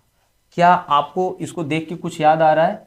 देखिए अगर हम इसके ऊपर क्यूब लगा दें, एक के ऊपर तो कुछ भी लगाया जा सकता है, इसके ऊपर क्यूब लगा दें तो देखो ये A cube plus B cube plus 3ab into A plus B की फॉर्म में बनेगा। कैसे, देखो अगर हम कह दें p प्लस 1 का होल क्यूब, इसको आप ओपन करिए तो क्या होगा, p क्यूब मतलब a प्लस बी का whole cube, a cube plus B cube plus 3ab into A plus B, P plus 1। ठीक है, अब इसको जरा सही कीजिए, P cube plus 1 plus 3p अंदर चलाइए तो 3p स्क्वायर हो जाएगा प्लस 3p हो जाएगा। तो आप देखेंगे जो यहाँ पर चीजें लिखी वही यहाँ पर है, P cube 1 1 3p square 3p 3p। तो हम कह सकते हैं ये जो भी कुछ अंदर लिखा है इसका मतलब है कि ये p प्लस 1 का होल क्यूब लिखा है। क्या लिखा है, p प्लस 1 का होल क्यूब लिखा है। अब आप अच्छी तरह से जानते हैं, आपको p की वैल्यू पता है कितनी है, 999 प्लस 1 का होल क्यूब। होल क्यूब से ये क्यूब रूट कट जाएगा तो अंदर इसको बस जोड़ दीजिए और मान आपका आ जाएगा 1000। है ना सारा सवाल, बिल्कुल भी आपको मेहनत नहीं करनी पड़ी, आराम से आ गया, बशर्ते आपको फॉर्मूला पता होना चाहिए। आगे देखिए, अगला है दो संख्याओं के वर्गों का योग 80 है। दो संख्याओं के वर्गों का योग, क्या हम ऐसे कर सकते हैं, दो संख्याओं के वर्गों का योग 80 है और संख्याओं के अंतर का वर्ग, और संख्याओं के अंतर और उसका वर्ग कितना है, 36 है, और संख्याओं के अंतर का वर्ग 36 है। इन संख्याओं का गुणनफल ज्ञात कीजिए। आप चाहो तो संख्याएं मान भी सकते हो, चाहो ऐसे भी लगा सकते हो, किसी भी तरह से इसको लगाया जा सकता है। लेकिन पहले बेसिक तरीका देख लेते हैं, कोई दिक्कत नहीं है उसमें। x माइनस वाई का होल स्क्वायर, इसको ओपन करेंगे तो हम क्या आएगा, X square plus Y square minus 2x by बराबर 36। X square plus Y square पहले उन्होंने दे दिया था, X square plus Y square क्या है 80, तो 80 यहाँ रखेंगे माइनस 2x बाई बराबर 36। ठीक है, तो 2x बाई उधर ले जाएंगे तो 2x बाई बराबर 36, इससे घट जाएगा 30 50 6 44। तो x y का मान कितना आ जाएगा, 2 का भाग लग जाएगा, x मान x और y का मान आ जाएगा 22। और हमसे ये पूछा जा रहा था उन दोनों का क्या चाहिए, गुणनफल चाहिए। गुणनफल हमारे सामने आ गया है ना। जितने भी सिंप्लीफिकेशन वाले सवाल होते हैं वो सभी फॉर्मूला बेस होते हैं। आप मैक्सिमम सवालों को फॉर्मूला ओपन करके लगा सकते हो। बाकी संख्याएं अगर मानना चाहो तो आप संख्याएं भी मान सकते हो, और अगर आपका कॉमन सेंस सही कर रहा है काम तो माना जा सकता है। जैसे 6 8 8 8 और 2 8 और 2 2 दूना 4 8 8 8 64 नहीं, 8 7 7 7 49 7 नहीं, उससे भी नहीं बनेगा शायद। चलिए सोच के देखिए, इतना टाइम हमारे पास नहीं है जो हम सोचे उसको। तीन संख्याओं का अनुपात इतना है, तीन संख्याओं का अनुपात दिया है 1:2:3 है। यदि इनके वर्गों का योग ये दिया है, देखिए इनके वर्गों के लिए हम सबसे बेहतर होगा कि इन संख्याओं को जरा इस रूप में लिख लें, x 2x और 3x, क्योंकि वर्ग करने में आराम रहेगी। अगर ऐसा नहीं लिखते तो दिक्कत होगी। वर्ग करिए इनका, इनके वर्गों का योग बोल रहा है ना, इनके वर्गों का योग, तो वर्ग करिए x square plus 4x square plus 9x square, है ना, x square plus 4x square plus 9x square. इन सभी को आप जोड़ दीजिए तो मान आ जाएगा 9 4 13 1 14, एक्स स्क्वायर बराबर आ जाएगा 126। तो एक्स स्क्वायर बराबर कितना आ जाएगा 14 नेमा, तो एक्स बराबर कितना आ जाएगा 3।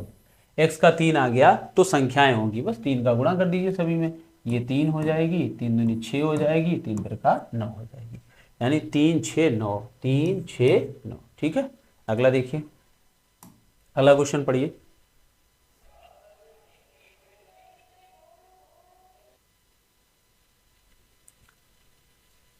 76 नंबर है, वह छोटी से छोटी प्राकृतिक संख्या बताइए जिससे 980 को गुणा करने पर ये पूर्ण वर्ग बन जाए। अभी ऐसा एक सवाल हम लोगों ने लगाया भी था। तो यहाँ पर क्या करते हैं, कुछ कोई दिक्कत नहीं है, उसके गुणनखंड काट लेंगे 980 के। तो 980 के फैक्टर कर लेते हैं, बराबर कितना आएगा ये, 2 दूनी 4, 980 को काटिए, कितना आ जाएगा 440, सॉरी 490, 2 है ना, 490 फिर 2 बार, तो ये हो जाएगा 245, 5 5 चौको 20 और 4 45 पन्ने में 45 गुणे 7 गुणे 7, एक बार सही से देख लो जरा, 980 का गुणा करने में पूर्ण वर्ग बन जाए तो 2 कितना आ जाएगा, 980 40 और 450, 490, ठीक है, फिर 2 तो 90 का 45 और इसका 245, इसको काटा 5 से तो 5 चौको 20 और 4 45 पन्ने में 45 और इसका 7 गुणे 7 आ गया। तो यहाँ से 2 और 2 के ये तो बन रहे हैं पूर्ण वर्ग, मतलब संख्या में ये जो फैक्टर्स हैं वो पूर्ण वर्ग की ओर ले जा रहे हैं संख्या को, बट एक 5 ही ऐसा है जो अकेला है। तो अगर हम 5 का गुणा कर दें तो ये संख्या हमारी कैसी हो जाएगी, पूर्ण वर्ग बन जाएगी। ठीक है, अगला देखते हैं। अच्छा, अगर इसी तरह के भाग वाले सवाल हो, जैसे कोई संख्या है उसमें भाग लगाना है और ये पूछा जाए कि किससे भाग लगाएं तो वो संख्या पूर्ण वर्ग बन जाएगी, जैसे यही होती, तो यहाँ पर हम कितने का भाग लगा देते, 5 का भाग लगा देते, 5 को खत्म कर देते और ये संख्या हमारी जो भी बचती वो क्या हो जाती, पूर्ण वर्ग बन जाती। ठीक है, तो भाग वाला सवाल आए तो वो भी ऐसे लग जाता है। आपको जोड़ वाला, घटाना वाला, गुणा वाला, भाग वाला लगभग सभी हमने आपको बता दिए। अगला सवाल है, यदि रूट कितना दिया है 256 और डिवाइडेड बाई रूट x बराबर 2 दिया है, तो आपको x की वैल्यू पता करनी है। आपको पता ही होगा root m upon root n अगर दिया हो कहीं पर तो उसका मतलब होता है root m upon root n। तो हम कह सकते हैं कि रूट 256 बटे x लिख सकते हैं बराबर 2। हम कह दें कि अब यहाँ पर क्या ही किया जा सकता है, आप वर्गमूल लोगे तो भी काम चल जाएगा, लेकिन अगर आप स्क्वायर कर दो इसका तो स्क्वायर करने पर, वर्ग करने पर, क्या करने पर, वर्ग करने पर, तो जब वर्ग करेंगे तो क्या हो जाएगा 256 बटे x बराबर 4।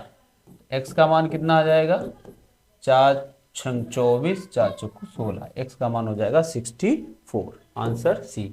अगला देखिए, अगला है, एक व्यक्ति अपने बाग में 5184 संतरों के पेड़ लगाता है। अच्छा सवाल है ये, बहुत ज़्यादा इस टाइप के सवाल पूछे जाते हैं, माली वाले, बाग वाले और टाइल वाले सवाल जो पूछे जाते हैं वो इसी तरह के होते हैं। क्या है, एक व्यक्ति अपने बाग में 5184 संतरों के पेड़ लगाता है, उन्हें इस प्रकार व्यवस्थित करता है कि बाग में उतनी ही पंक्तियां बने जितने पेड़ हैं। आप इसको समझ लीजिए, अगर ये एक पंक्ति है तो इसमें वो 4 पेड़ लगाता है तो वो 4 ही पंक्ति बनाएगा, कुछ इस तरह से वो बनाएगा। ठीक है, ऐसे करके वो कह रहा है कि हम ये करना चाह रहे हैं, 4 पंक्तियां और हर पंक्ति में 4-4 पेड़ हैं, तो ऐसी इस तरह से वो इतने पेड़ लगाना चाह रहा है। तो कितनी पंक्तियां बनेंगी या एक पंक्ति में कितने पेड़ होंगे, बात सेम ही होगी ना, कितनी पंक्तियां बनेंगी, चाहे ये पूछा जाए चाहे एक पंक्ति में कितने पेड़ पूछा जाए, मान दोनों का एक ही आएगा। तो इस कंडीशन में हमें इसका क्या लेना होता है, वर्गमूल लेना होता है ना, क्या लेना होता है, वर्गमूल। भाई आपको भी पता है 4 पंक्तियां हैं और पर पंक्ति में 4 पेड़ हैं, तो कितने पेड़ हो गए, 16। अब 16 का वर्गमूल लेंगे तो पेड़ भी निकल आएंगे एक पंक्ति में, और 16 का वर्गमूल लेंगे तो पंक्तियां भी निकल आएंगी। आपको कॉन्सेप्ट क्लियर हो गया होगा कि क्या है। ठीक है, बाकी हमें बस वर्गमूल बचा है, जो हमारा काम बचा है 84। वर्गमूल लेने के लिए आप क्या करोगे, 4 किसके किसके में आता है, 2 दूनी 4 2 में आता है और 8 अठे 64 8 में आता है। मतलब 4 किस यूनिट डिजिट का वर्ग करने पर 4 प्राप्त होता है, 2 का वर्ग करें 2 दूना 4 और 8 अठे 64, बाकी किसी भी संख्या के वर्ग में 4 नहीं आता है।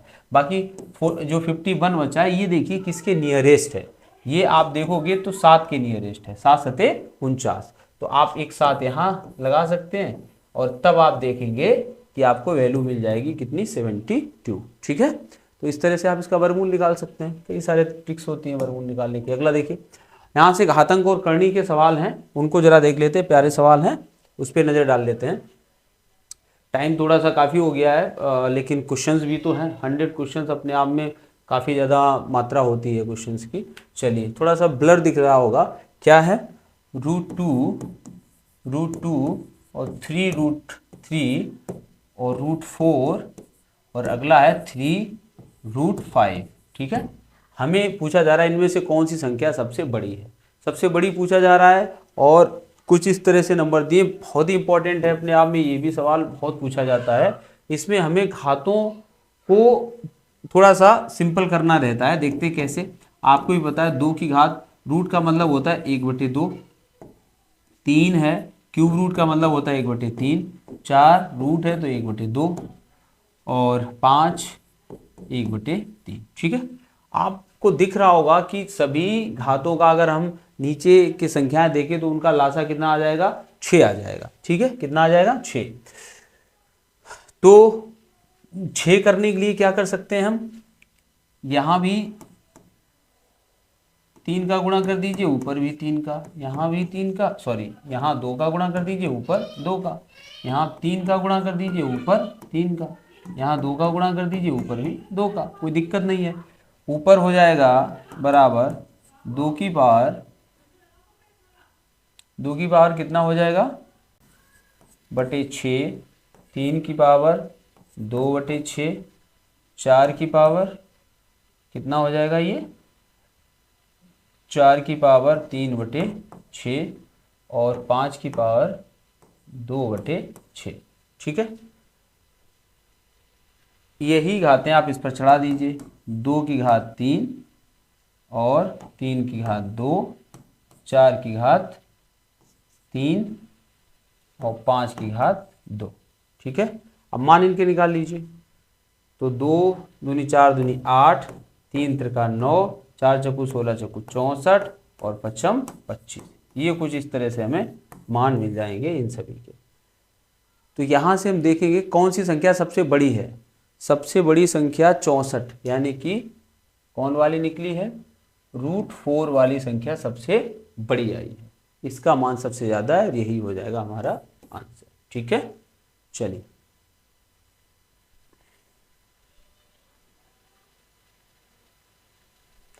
अगला देखते हैं। नेक्स्ट क्वेश्चन है, दिया है क्यूब रूट लेना है 0.000125 का। ठीक है, जैसा कि वर्गमूल में क्या था कि जो भी संख्या अंदर थी, अगर 4 अंक पे दशमलव है तो वर्गमूल लेने पे 2 अंक रह जाते थे। उसी तरह से क्यूब रूट लेने पर 3 दशमलव, मतलब अगर 3 अंक अंदर हैं तो बाहर वो क्या हो जाता है, 1 अंक पे आ जाता है। जैसे अगर हम कहें 0.2 और इसका हमें क्यूब करना हो तो क्या आ जाएगा, 0.008 हो जाएगा। 2 बार गुणा करेंगे तो 2 अंक पे आएगा, 3 बार गुणा करेंगे तो 3 अंक पे दशमलव आएगा। तो इसका मतलब हो जाएगा 3 अंक पे दशमलव आपको लगाना पड़ेगा। 2 दूनी 4 दूनी 8। उसी तरह से यहाँ पर अंदर कितना है, 3 और 3 6 है, और क्यूब रूट लेना है तो 2 अंक पे मात्र आएगा दशमलव। 2 अंक का मतलब 125 का, और ये कितने का होता है, जो 125 क्यूब रूट होता है 5 का होता है, तो 0.05। इसका अगर आप क्या करेंगे, घन करेंगे तो आपको अंदर वाली संख्या प्राप्त होगी। 5 का गुणा करेंगे, 5 पचम 25 पंचे 125, और ये 3 तो ये हो गए, और प्लस ये 3 बार 0 तो ये आ जाएगा। तो 0.05 इसका आंसर हो जाएगा। अगला देखिए, अगला है, ये बहुत अच्छा जो भी दिया गया है स्ट्रक्चर, बहुत क्वेश्चंस ये इस टाइप के पूछे जाते हैं। रूट के अंदर रूट है और यहाँ पर 12 12 12 है, प्लस में है, इसमें कुछ नहीं करना होता है हमें, एक तरफ इसके फैक्टर हम लोग कर लेते हैं 3 और 4, और जो सबसे बड़ा फैक्टर है वही हमारा आंसर हो जाता है। जब इनके बीच प्लस होता है तो इसका आंसर 4 होगा। अगर यही चीज दी होती 12 में प्लस 12 में प्लस 12 और इस तरह से इनफाइनाइट तक दिया, सॉरी माइनस दिया होता, हम भी प्लस करके चले गए, तो यहाँ पर तब इसके अगर हम फैक्टर काटते 4 और 3, तब इसका उत्तर क्या हो जाता, 3। ठीक है ना। आई थिंक आपको ये वाला स्ट्रक्चर पता चल गया होगा कि अगर प्लस में होता है तो दोनों के हम फैक्टर काटते हैं, और जो बड़ा वाला फैक्टर होता है प्लस होने पर वो उत्तर होता है, और माइनस होने पर छोटा वाला फैक्टर उसका उत्तर हो जाता है। अगला देखिए, जब वही चीज प्लस में ना दी हो के इनटू में दिए हो अंदर, और वो भी सभी अंदर है एक दूसरे के, है ना, और सभी का क्या लिया जा रहा है, स्क्वायर रूट लिया जा रहा है, तो इसका आंसर सिंपली 2 ही आता है। या अंदर ऐसे अगर हो 7, ठीक है, कितना से नहीं, ये वाला नहीं, सॉरी, ये वाला स्ट्रक्चर अलग है, ये वाला स्ट्रक्चर है, इसका कितना आएगा आंसर, इसका 2 ही आंसर आ जाएगा। ठीक, आगे देखते हैं। 6 की पावर m क्या दिया है, 6 की पावर m बराबर 4 6 6 5 6, तो हमसे पूछ रहे हैं 6 की पावर m माइनस 2।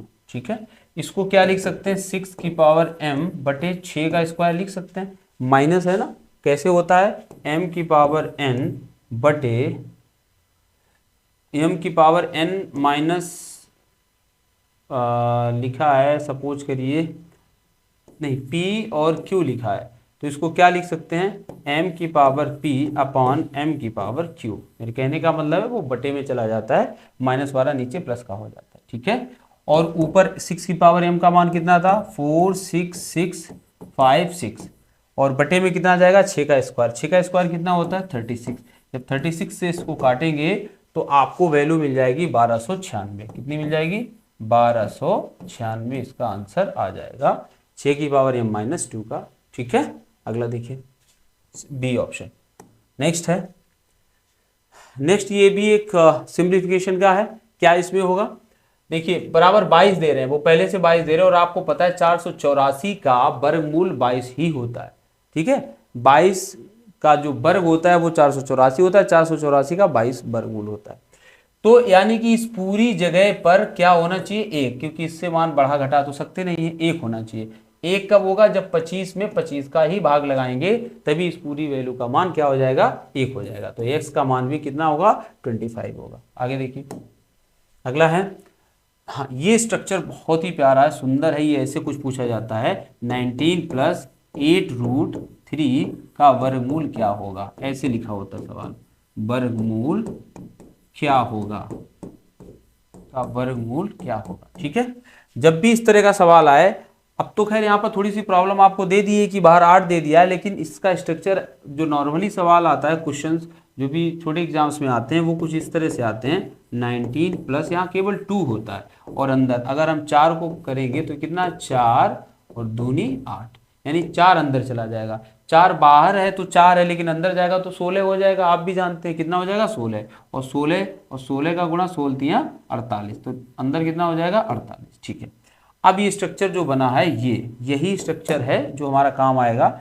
बस जब भी स्ट्रक्चर दिया हो कि यहाँ पर एक वैल्यू दी हो, प्लस का चिन्ह लगा हो, 2 लिखा हो, और स्क्वायर के अंदर कोई संख्या दी हो, और हमें उसका वर्गमूल पूछा जाए, तो इसके हम ऐसे फैक्टर करते हैं कि अगर यहाँ प्लस है तो उनका योग कितना होना चाहिए, 19 होना चाहिए।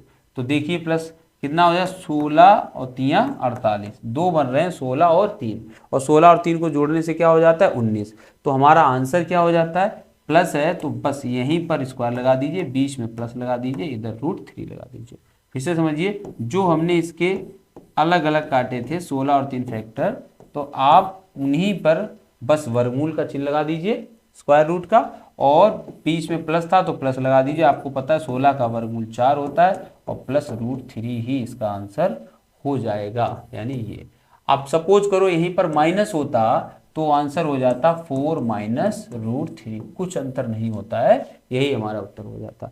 कैसे हो जाता है, वो a + b का होल स्क्वायर, a - b का होल स्क्वायर फार्मूले से होता है, जिसकी आपको जरूरत नहीं है। आप बस इतना सीखिए कि ये ऐसा स्ट्रक्चर होता है, बशर्ते आपको यहाँ 2 करना पड़ेगा तभी ये आएगा। ठीक है, और नहीं तो आप इसका स्क्वायर करके देखिए, इस पूरे का वर्ग करके देखिए, आपको ये वैल्यू मिल जाएगी। ठीक है, आगे देखते हैं अगला क्वेश्चन। प्रतिशत से कुछ सवाल हैं, अच्छे सवाल लिए हैं। परसेंटेज से देखिए क्या सवाल है।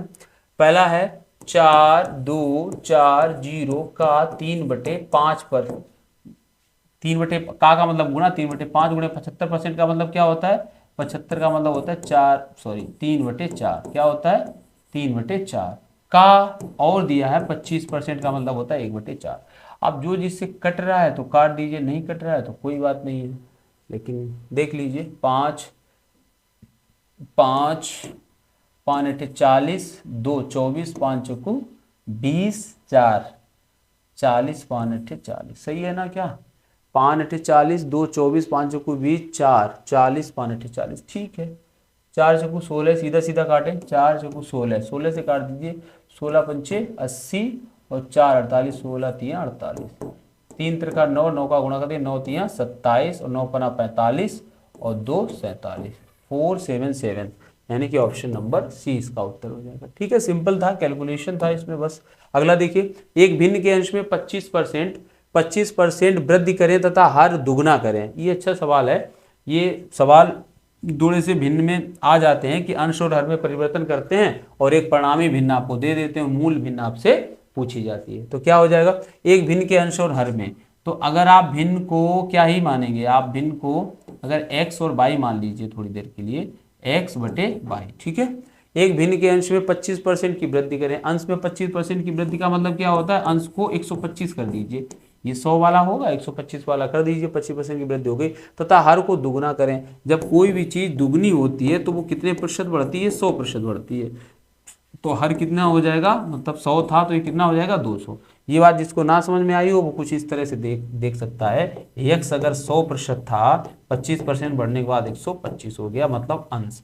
और हर क्या है, बाई, अगर 100 था तो बढ़ने के बाद दुगना हुआ तो 200 हुआ, 100 से 100 कट जाता है। ठीक है, आगे देखते हैं। तो ये भिन्न बन जाती है 5/9। अब जो जिससे कट रहा है उसको काट दीजिए। क्या कट रहा है, 5 से कटा 25 पंचे 125, 25 अट्ठे 200, ठीक है। तो x बटे वाई बराबर 8/9, 8/9 हमारा आंसर हो जाएगा। सिंपल था ना, बिल्कुल आराम से लग गया। ऐसे कुछ भी बढ़ाया जाए या घटाया भी जाए तो आप उसमें कम कर दोगे, है ना। अगर घटाने की बात करें, किसी वस्तु के मूल्य में 10% की वृद्धि तथा इसके उपरांत 20% की वृद्धि की गई। किसी वस्तु का मूल्य था, उसमें कितने परसेंट की वृद्धि की गई, 10% की वृद्धि की गई, तो कितना हो जाएगा, 110 हो जाएगा 10% की वृद्धि करने के बाद। और इसके उपरांत 20% की वृद्धि की गई, फिर से 20% की वृद्धि की जाती है इसके बाद, तो कितना हो जाएगा, 110 का 20% कितना होता है, 110 का 10% 11, और 11 दूनी 22, 22 इसमें और जोड़ दीजिए तो कितना हो जाएगा, 22 मतलब 32, सही है ना। 22 2 3 32, ठीक है। अंतिम बढ़ा हुआ मूल्य अगर 33 रुपए हो, यहां पर अंतिम कितना था बताइए, अपना बढ़ाया जो हमने 100 मान के किया तो कितना बना जाके 132। तो वो कह रहा है 132 बराबर वास्तव में 33 रुपए के बराबर हो तो प्रारंभिक मूल्य क्या होगा, तो 1 बराबर बटे 132, तो प्रारंभिक यानी 100 बराबर, 100 का यहाँ पर क्या कर देंगे, हम गुणा कर देंगे। इसको आप कैलकुलेट कीजिए, 11 तियां 33, 11 एकन 11, 11 दूनी 22, चौक 12, 4 25, तो हमारा आंसर आ जाएगा 25। ठीक है ना। वैल्यू 100 से बढ़ के 110, 110 से बढ़ के 132 हुई। अंतिम वाला दिया था, प्रारंभिक वाला पूछा था, आराम से लग जाएगा। अगला देखिए, 60 विद्यार्थियों की एक कक्षा में 60% छात्र हैं। छात्र से इनका मतलब है बालक, क्या है, बालक हैं। ठीक है, आगे बढ़िए। 60 विद्यार्थियों की एक कक्षा में 60% बालक हैं। यदि 25% छात्राएं साइकिल से स्कूल जाती हैं तो कितनी छात्राएं साइकिल से स्कूल नहीं जाती। देखना, 60 टोटल छात्र हैं, ठीक है, 60% उसमें क्या है, लड़के हैं, और लड़कियों की बात हो रही है, लड़कियों का ही डेटा दिया है, लड़कियों की ही बारे में पूछ भी रहा है। लड़कों को तो हटा दो, 60% है, छोड़ दो, 40% लड़कियां हैं, 60 का 40%, लड़कियों की बात हो गई, 60 का 40%, परसेंट मतलब बटे 100, 60 का 40% लड़कियां। यदि 25% छात्राएं स्कूल जाती हैं, 25% इसमें से कहाँ जाती हैं, स्कूल जाती हैं, है ना। तो कितनी छात्राएं स्कूल नहीं जाती हैं। जब 25% जाती हैं, ये तो टोटल छात्राएं निकलेंगी, 60 का अगर हम 40% निकालेंगे, ये 60 हटा दिया तो लड़कियां कितनी बची, 40, 40 निकालेंगे तो छात्राएं आएंगी। उसमें भी हम 25 क्यों निकालें, क्योंकि 25 तो वो साइकिल से स्कूल जाती हैं, हमसे पूछ रहा है जो नहीं जाती हैं, और नहीं वाली कितनी है, 75%, 75/100। बस इसे हम सॉल्व कर लेंगे, हमारा आंसर आ जाएगा। ठीक है, 25 3 75, 25 चौको 100, 4 से 4 गया और 6 दूनी 12। कुछ गड़बड़ हुआ है, कुछ तो हुआ है। 60 में गुणे 40/100, ठीक है। 25% छात्राएं स्कूल जाती हैं तो कितनी छात्राएं साइकिल से स्कूल नहीं जाती हैं, 75%, 75, 25 से 25 चौको 100, 40, ठीक है। जीरो से जीरो, ये जीरो उससे गया और बच गए वो 4 से 4 गया, हाँ 6 तिया 18, कितना हो जाएगा 18, 18 ही हमारा आंसर आ जाएगा। अगला देखिए, अगला क्वेश्चन है आधे घंटे का, आ जाता है इस तरह की परीक्षाओं में तो ये सवाल आम बात है आना। आधे घंटे का 1 मिनट 10 सेकेंड, पहले 1 मिनट 10 सेकेंड क्या होता है, 60 में प्लस 10 यानी 70 सेकेंड, है ना। 1 मिनट, मिनट की तो कोई जरूरत ही नहीं है जब उसकी तुलना सेकेंड से हमें करनी है। प्रतिशत रूप कितना होगा, आधे घंटे में कितना होता है 30 में गुणे 60, 30 मिनट और हर मिनट में सेकेंड कितने 60। अब आराम से इसको कैलकुलेट कर लीजिए तो कितना ही बने, अच्छा प्रतिशत निकालना तो गुणे 100 का और कर दीजिए, तो और एक जीरो उड़ा दीजिए, ऊपर कितना बनेगा 70, 70 बटे कर तो और भी रहा था 6 तिया 18, 18 18 चौहत्तर नहीं 18 तिया 54, 54 और कितना बचा है 54 यानी कि 6 और 10 6 16 160, 160 18 8 144, 18 8 144 आंसर हमारा अभी मिल गया, तो आगे लगाने की जरूरत नहीं है। आगे देखिए अगला सवाल, किसी परीक्षा में 60% विद्यार्थी अंग्रेजी में तथा 70% गणित में उत्तीर्ण हुए। वेरी इंपॉर्टेंट हम इसको कह सकते हैं सवाल को, बहुत सारी परीक्षाओं में बार बार पूछा जाने वाला ये सवाल है। किसी परीक्षा में 60% विद्यार्थी अंग्रेजी में तथा 70% गणित में उत्तीर्ण हुए, यदि 20% दोनों में अनुत्तीर्ण रहे हों। देखिए दोनों के हमें अनुत्तीर्ण बता रहा है तो हम उनके उत्तीर्ण का डेटा हटा देते हैं, हम 2 सर्कल बनाएंगे और 2 सर्कल में क्या करेंगे फेल वाले लिखेंगे, पास वाले अब नहीं लिखेंगे क्योंकि हमें दोनों के अनुत्तीर्ण बता रहा है। किसी परीक्षा में 60% विद्यार्थी अंग्रेजी में, यानी कि अंग्रेजी में क्या हुए हैं पास हुए ना, 60% पास हुए तो फेल कितने हुए होंगे 40%, ये फेल वाले हैं, ये ध्यान रखना। और इंग्लिश में तथा दूसरा सब्जेक्ट कौन सा है, सब्जेक्ट बताओ मैथ गणित, ठीक है। गणित में कितने हो रहे हैं 70%, 70 मतलब 30 फेल हो रहे हैं, 70 अगर पास हो रहे हैं तो 30 फेल हो रहे हैं, और 20 ऐसे हैं जो दोनों में क्या हो रहे हैं फेल हो रहे हैं। इसी वजह से हमने इनका फेल फेल निकाला क्योंकि दोनों में जो दिया था वो 20 दोनों में दिया था। अब हम आराम से निकाल सकते हैं जो केवल फेल हुए हैं किसी भी सब्जेक्ट में, कितना 4 3 7, 70 से 20 गया यानी 50%। ये तो आपको अभी तक पता ही चल गया होगा कि 50 कैसे हो जाता है, 20 कॉमन है, इधर भी है इधर भी है, जब हम 40 और 30 को जोड़ेंगे 70 तो 20 2 बार जुड़ जाएगा, इसीलिए एक बार हटा देते हैं 50। 50 फेल हुए हैं तो पास कितने हुए हैं आप भी जानते हो, अगर 50 फेल है तो 85% पास हुए होंगे। वो कह रहा है 2500 विद्यार्थी दोनों विषयों में उत्तीर्ण रहे, यानी 50 बराबर कितने 100, 50% बराबर 2500, तो कुल विद्यार्थी 100% बराबर 5000 हो जाएगा कि नहीं हो जाएगा बताइए आप। 50% बराबर 2500 हैं तो पूरे विद्यार्थी कुल विद्यार्थी कितने हो जाएंगे 5000, 5000, ठीक है। अगला देखिए, मैथ में कितना मजा आया, कितने अच्छे से लगाई। थोड़ी सी तबीयत मेरी गड़बड़ है, तबीयत से मेरा मतलब है फीवर ही है, मेडिसिन अभी थोड़ी देर पहले ही खाई थी हमने और मॉर्निंग में भी खाई थी।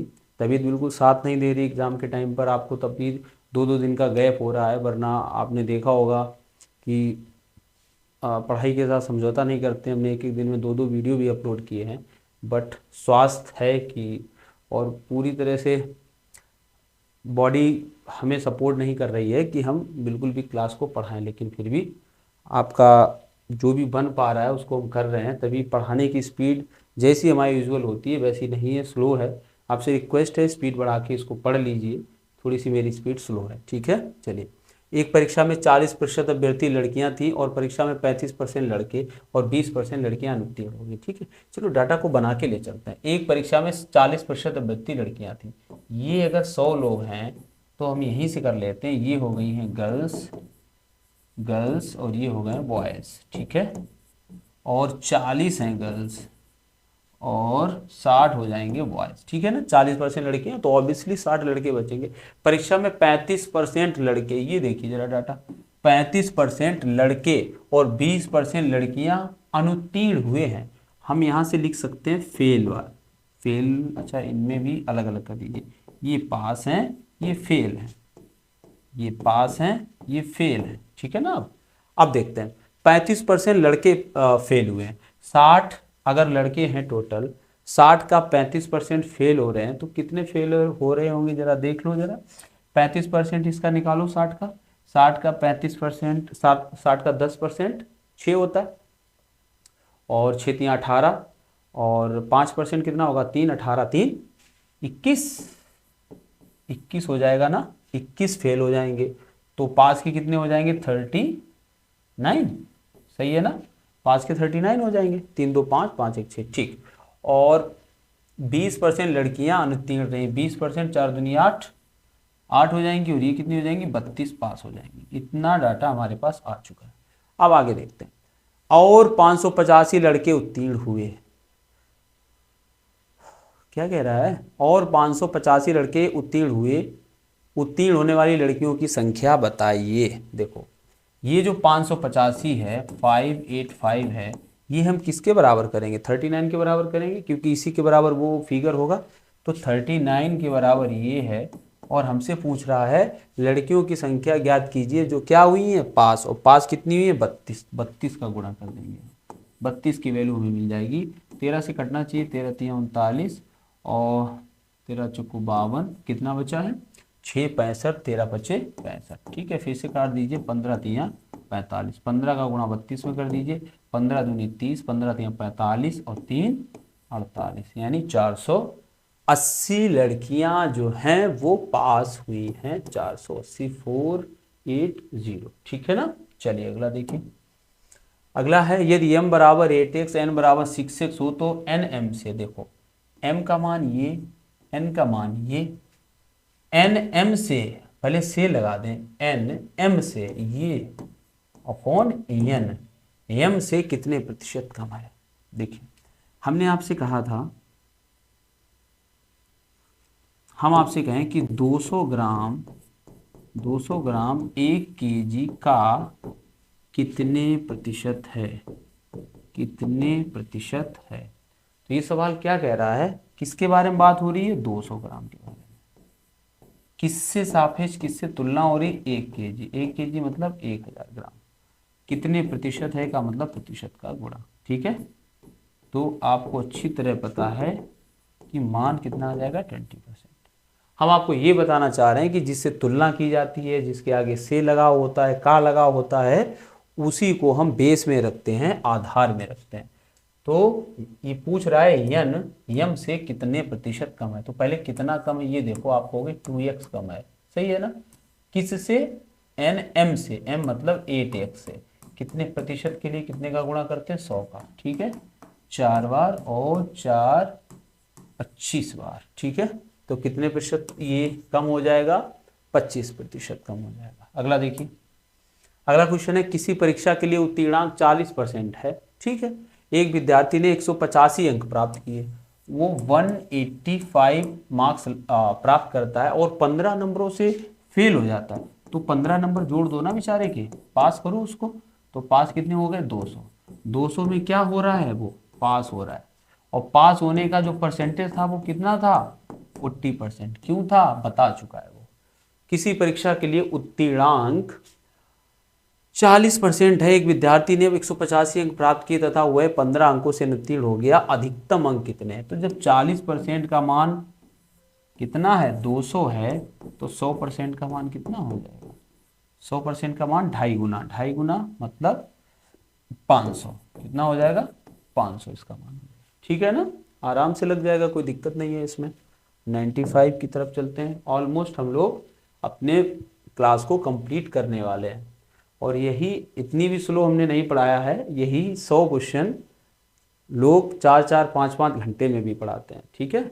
और हमने बड़े आराम से भी पढ़ाया, कॉन्सेप्ट भी बताया, कहीं पर भागे भी नहीं, लेकिन फिर भी आपका आराम से क्लास समय से ख़त्म हो रहा होगा। आई थिंक कितना टाइम हो गया ज़रा देख लें, सही चल रहा है, 3 घंटा हुआ है अभी।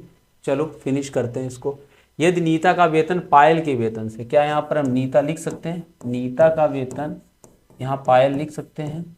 नीता का वेतन पायल के वेतन से 25% अधिक है, किसका अधिक है नीता का, कितना है, अगर पायल का 100 है तो नीता का 125 है। अब हम आपको ये नहीं बताने जा रहे कि 25 का मतलब होता है 1/4, इसका 4 है तो इसका 5 होगा। हम यहाँ भी तो कर सकते हैं 20 चौको 80, 20 पंचे 100, कोई दिक्कत तो है नहीं कि इतना ज़्यादा प्रतिशत भयानक दे दिया गया कि हम उसको भिन्न में ही बदलें तभी लगेगा, है ना। कम है तो नीता के वेतन से कितने, सॉरी, यदि नीता का वेतन पायल के वेतन से 25% अधिक हो तो पायल का वेतन, तो किसका वेतन, पायल का। अब इसके बारे में पूछ रहा है, हम कहना ना जिसके बारे में बात होती है, पूछ रहा है किससे, पायल का वेतन नीता के वेतन से, तो से तो इसके आगे लगा है, मतलब तुलना इससे होगी। कितने कम है, कितना कम है, एक किससे, 5 से, कितने प्रतिशत कम है, गुणे 100, मान कितना आ जाएगा, 20% कम है ना, ठीक है ना, 20%। ठीक है, अगला देखिए। अगला क्वेश्चन है, किसी विद्यालय में लड़के तथा लड़कियां 3:2 के अनुपात में थे, बॉयज एंड गर्ल्स 3:2, ठीक है ना, अनुपात में थे। ये 20% लड़के तथा 30% लड़कियां छात्रवृत्ति लेने वाले हों, तो क्या हम इसमें प्रतिशत में 0 लगा सकते हैं। जब भी आपको सुविधा लगे कैलकुलेशन करने की, आप अपने हिसाब से नंबर को मॉडिफाई कर सकते हैं। अनुपात में कोई फर्क नहीं पड़ता है, बशर्ते वो काम दोनों तरफ करिए आप। 30 और 20 हो जाएगा। आप क्या कह रहे हैं, 20% लड़के, तो 30 का 20% कितना होता है, 6, और 30% लड़कियां, 30% इसका भी कितना होता है, 6। सही है ना, क्या लिख दें यहाँ पर, 20% और 30%, 6 छात्रवृत्ति लेते हैं ये लोग। तो कितने छात्र हैं जो छात्रवृत्ति नहीं लेते हैं, तो पहले लेने वाले देख लो जरा, 12, टोटल लड़के कितने हो जाए, 30 20 50, अब तो 50 ही मानेंगे ना, क्योंकि हम लोग 30 20 के सापेक्ष निकालना है। तो छात्रवृत्ति लेते हैं, मतलब ये जो हैं वो क्या करते हैं, लेते हैं, कितने, 12 लोग। तो नहीं लेने वाले कितने हो जाएंगे, नहीं वाले, नहीं लेने वाले आप कहोगे सर इसका घटा दीजिए, बचेंगे 38, ठीक है। उनका प्रतिशत क्या है, तो नीचे बेस में क्या आएगा, आप भी जानते हैं, 50 आएगा, गुणे 100 आ जाएगा, 50 दूना 100, 8 दूनी 16, 76% हो जाएगा। इसका आंसर कितना हो जाएगा, 76%, ठीक है। अगला देखिए, किसी परीक्षा में 65% छात्र सामाजिक विज्ञान में उत्तीर्ण हुए और 60% छात्र इतिहास में उत्तीर्ण हुए, ठीक है। यदि दोनों ही विषयों में उत्तीर्ण होने वाले छात्रों का प्रतिशत 40 हो, उत्तीर्ण है तो कोई दिक्कत नहीं है, आप ऐसे 2 डायग्राम बना लीजिए, 65% यहाँ दिखा दीजिए और 60% यहाँ दिखा दीजिए। सब्जेक्ट मायने नहीं रखता है, सोशियोलॉजी और भी क्या है, सामाजिक विज्ञान, छात्र इतिहास, हिस्ट्री, ठीक है, सोशल साइंस एंड हिस्ट्री। यदि दोनों ही विषयों में उत्तीर्ण होने वाले 40% हो, तो दोनों में 40% उत्तीर्ण हो रहे हैं, तो हम क्या निकालेंगे, अगर हम पास पास निकालें तो पास पास कैसे निकालेंगे, 65 में प्लस 60, और इसको घटाया जाता है, आप अभी तक तो सीख ही चुके होंगे इसको, तो कितना हो जाएगा, 20 85, कितना हो जाएगा, 85। तो कुल छात्रों की संख्या क्या रही होगी, जबकि 90 छात्र अनुत्तीर्ण रहे। जरा यहाँ देखो, पास वाले अगर 85 हैं तो फेल वाले कितने हो जाएंगे, फेल वाले आप कहोगे 15 हो जाएंगे, कितने हो जाएंगे, 15। ये 15 का मान दे रहे हैं, कितना, कहाँ गया, 90, तो 90 मतलब यही लिख दें 90, तो 1 बराबर 15 छक्का 90। क्या पूछ रहा है हमसे, तो कुल छात्रों की संख्या क्या रही होगी, इसी में गुणा कर दीजिए 100 का, तो बराबर कितने रहे होंगे, 600 रहे होंगे। जब एक का मान 15 का मान जब 90 है तो एक का मान 6, तो 100 का मान 600 हो जाएगा, है ना। कोई चीज़ अपने आप में 100 होती है, ठीक है। अगला देखिए, अगला है, किसी बटुए से कुल रकम का 1/5 भाग हिस्सा निकाल लिया जाता है। 1/5 मतलब निकाला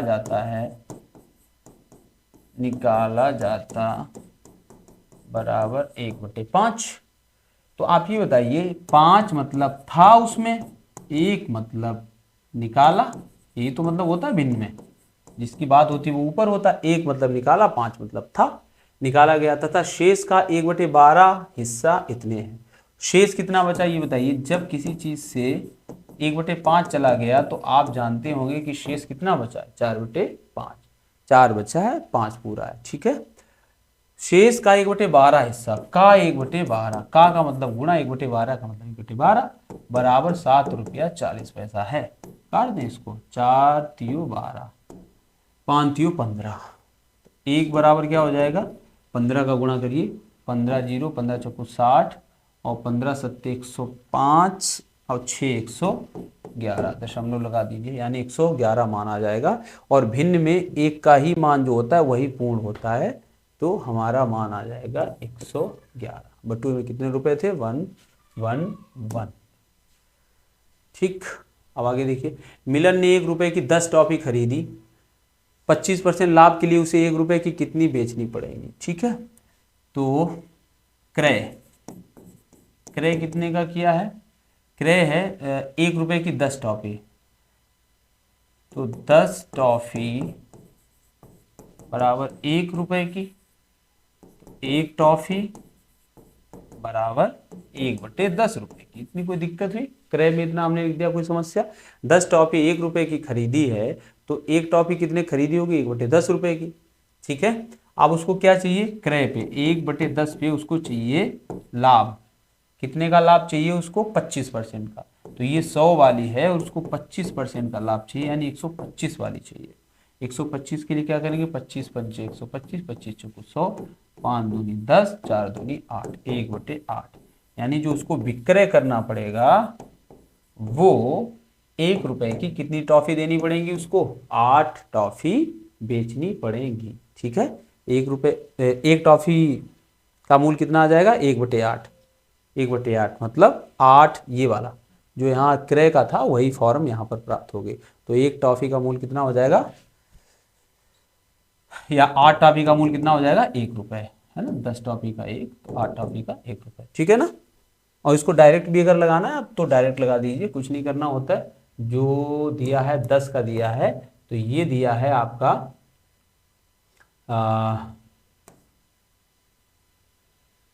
125 वाला, और आप 100 वाला यहाँ पर निकाल सकते हैं। तो 25 पंचे 125, 25 चौको 100, बस उल्टा करना पड़ता है। 5 दूनी 10, 4 दूनी 8। वो चीज़ आपको कम समझ में आएगी, ये वाली ज़्यादा समझ में आएगी। ठीक है, और आज का हमारा लास्ट सवाल है इस मैराथन का, 100वां सवाल है। ठीक है, ये हमारा सेकेंड मैराथन है, मतलब इससे पहले बीपीएससी का मैराथन लिया था, और यूट्यूब का वो मेरा पहला वीडियो था 2 घंटे का, वो मैराथन से ही मेरी स्टार्ट हुई थी यूट्यूब पे। तो पहला मैराथन का मैथ का वीडियो था। आप सोच सकते हैं यूट्यूब पे पहला वीडियो, वो भी मैराथन लेना कितना किसी भी टीचर के लिए कितना सोचने वाली बात रही होगी कि मैराथन से स्टार्ट करें। और काफ़ी बड़ा रहता है, हेक्टिक रहता है, प्रैक्टिस नहीं होती है, ऑनलाइन पढ़ाने की बहुत सारी चीज़ें होती हैं। आपने ऑफलाइन में कितना भी पढ़ाया हो, लेकिन ऑफलाइन का एक्सपीरियंस ऑनलाइन से अलग होता है। और ऑनलाइन में आपको सब चीज़ें खुद ही एज्यूम करनी पड़ती हैं, ना कोई स्टूडेंट होता है ना तो कुछ होता है। तो पहला क्लास ही मैराथन था, तो कह सकते हैं कि स्टार्ट ही हमारी मैराथन से हुई है। लेकिन चलिए इस बार थोड़ा सा ये मैराथन थोड़ा सा स्लोली रहा है। चलिए फिर भी देखते हैं। 25 की पावर 25 को 26 से भाग देने पर शेषफल क्या रहेगा? एक और रिमाइंडर थ्योरम का क्वेश्चन ये डाल दिया है हमने 100 क्वेश्चन पूरा करने के लिए। तो देखिए 25 हमने पिछले वाले में भी बताया था कि जब पावर कैसी हो? विषम हो। पहले तो आप इसमें कर लीजिए प्लस, विषम है, आप कर लीजिए एक +1 और एक -1। ठीक है, एक +1 एक -1 कर लीजिए। अब ये a³ + b³ का फॉर्मूला बन गया है। क्या बन गया है? इतना देखिए आप, a³ और यहाँ पर 25 लगा दीजिए, a³ + b³। तो a³ + b³ क्या बनता है? हमने पहले ही बताया था, a³ + b³ अगर कहीं दिया हो तो a + b एक कोष्टक में आ ही जाता है। तो a + b आएगा, 25 से 26, 26 से 26 कट जाएगा, काम खत्म। शेष क्या बचेगा आप बताइए? शेष बचेगा -1। कभी भी माइनस शेष नहीं हो सकता है, शेष नहीं हो सकता है, शेष नहीं हो सकता है। उस कंडीशन में शेष क्या होगा? तो 26 से -1 करोगे, शेष होगा 25। मतलब कितना शेष आएगा? 25 से शेष आएगा। -1 में उल्टा करते हैं हम लोग, जो संख्या होती है उससे उसको घटा देते हैं, और जो संख्या प्राप्त होती है वही हमारा शेष हो जाता है। ठीक है, बाकी ये डिटेल्ड का पढ़ने का विषय खुद अपने आप में पूरा चैप्टर है रिमाइंडर थ्योरम। आप घंटा भर इसकी क्लास पढ़ो तब भी आपको कुछ लगेगा कि हाँ कुछ समझ में आया। तो बड़ी क्लास होती है। ठीक है, आपकी सिलेबस के अकॉर्डिंग बहुत ही हल्के सवाल इसमें आएंगे, अगर आएंगे तो। ठीक है, चलिए हम लोगों ने बहुत अच्छे से पढ़ा, आपने भी बहुत पेशेंस के साथ इसको देखा। आई होप आपको इससे बेनिफिट मिलेगा आपके एग्ज़ाम के लिए, और आपका कॉन्फिडेंस लेवल बढ़ेगा। और आगे देखते हैं, अगर कुछ भी हमें लगता है इस पर रिस्पॉन्स अच्छा आता है तो आपको हम और भी मैराथन करा सकते हैं, समय अभी है हमारे पास। चलिए देखने के लिए बहुत बहुत thank you, best of luck.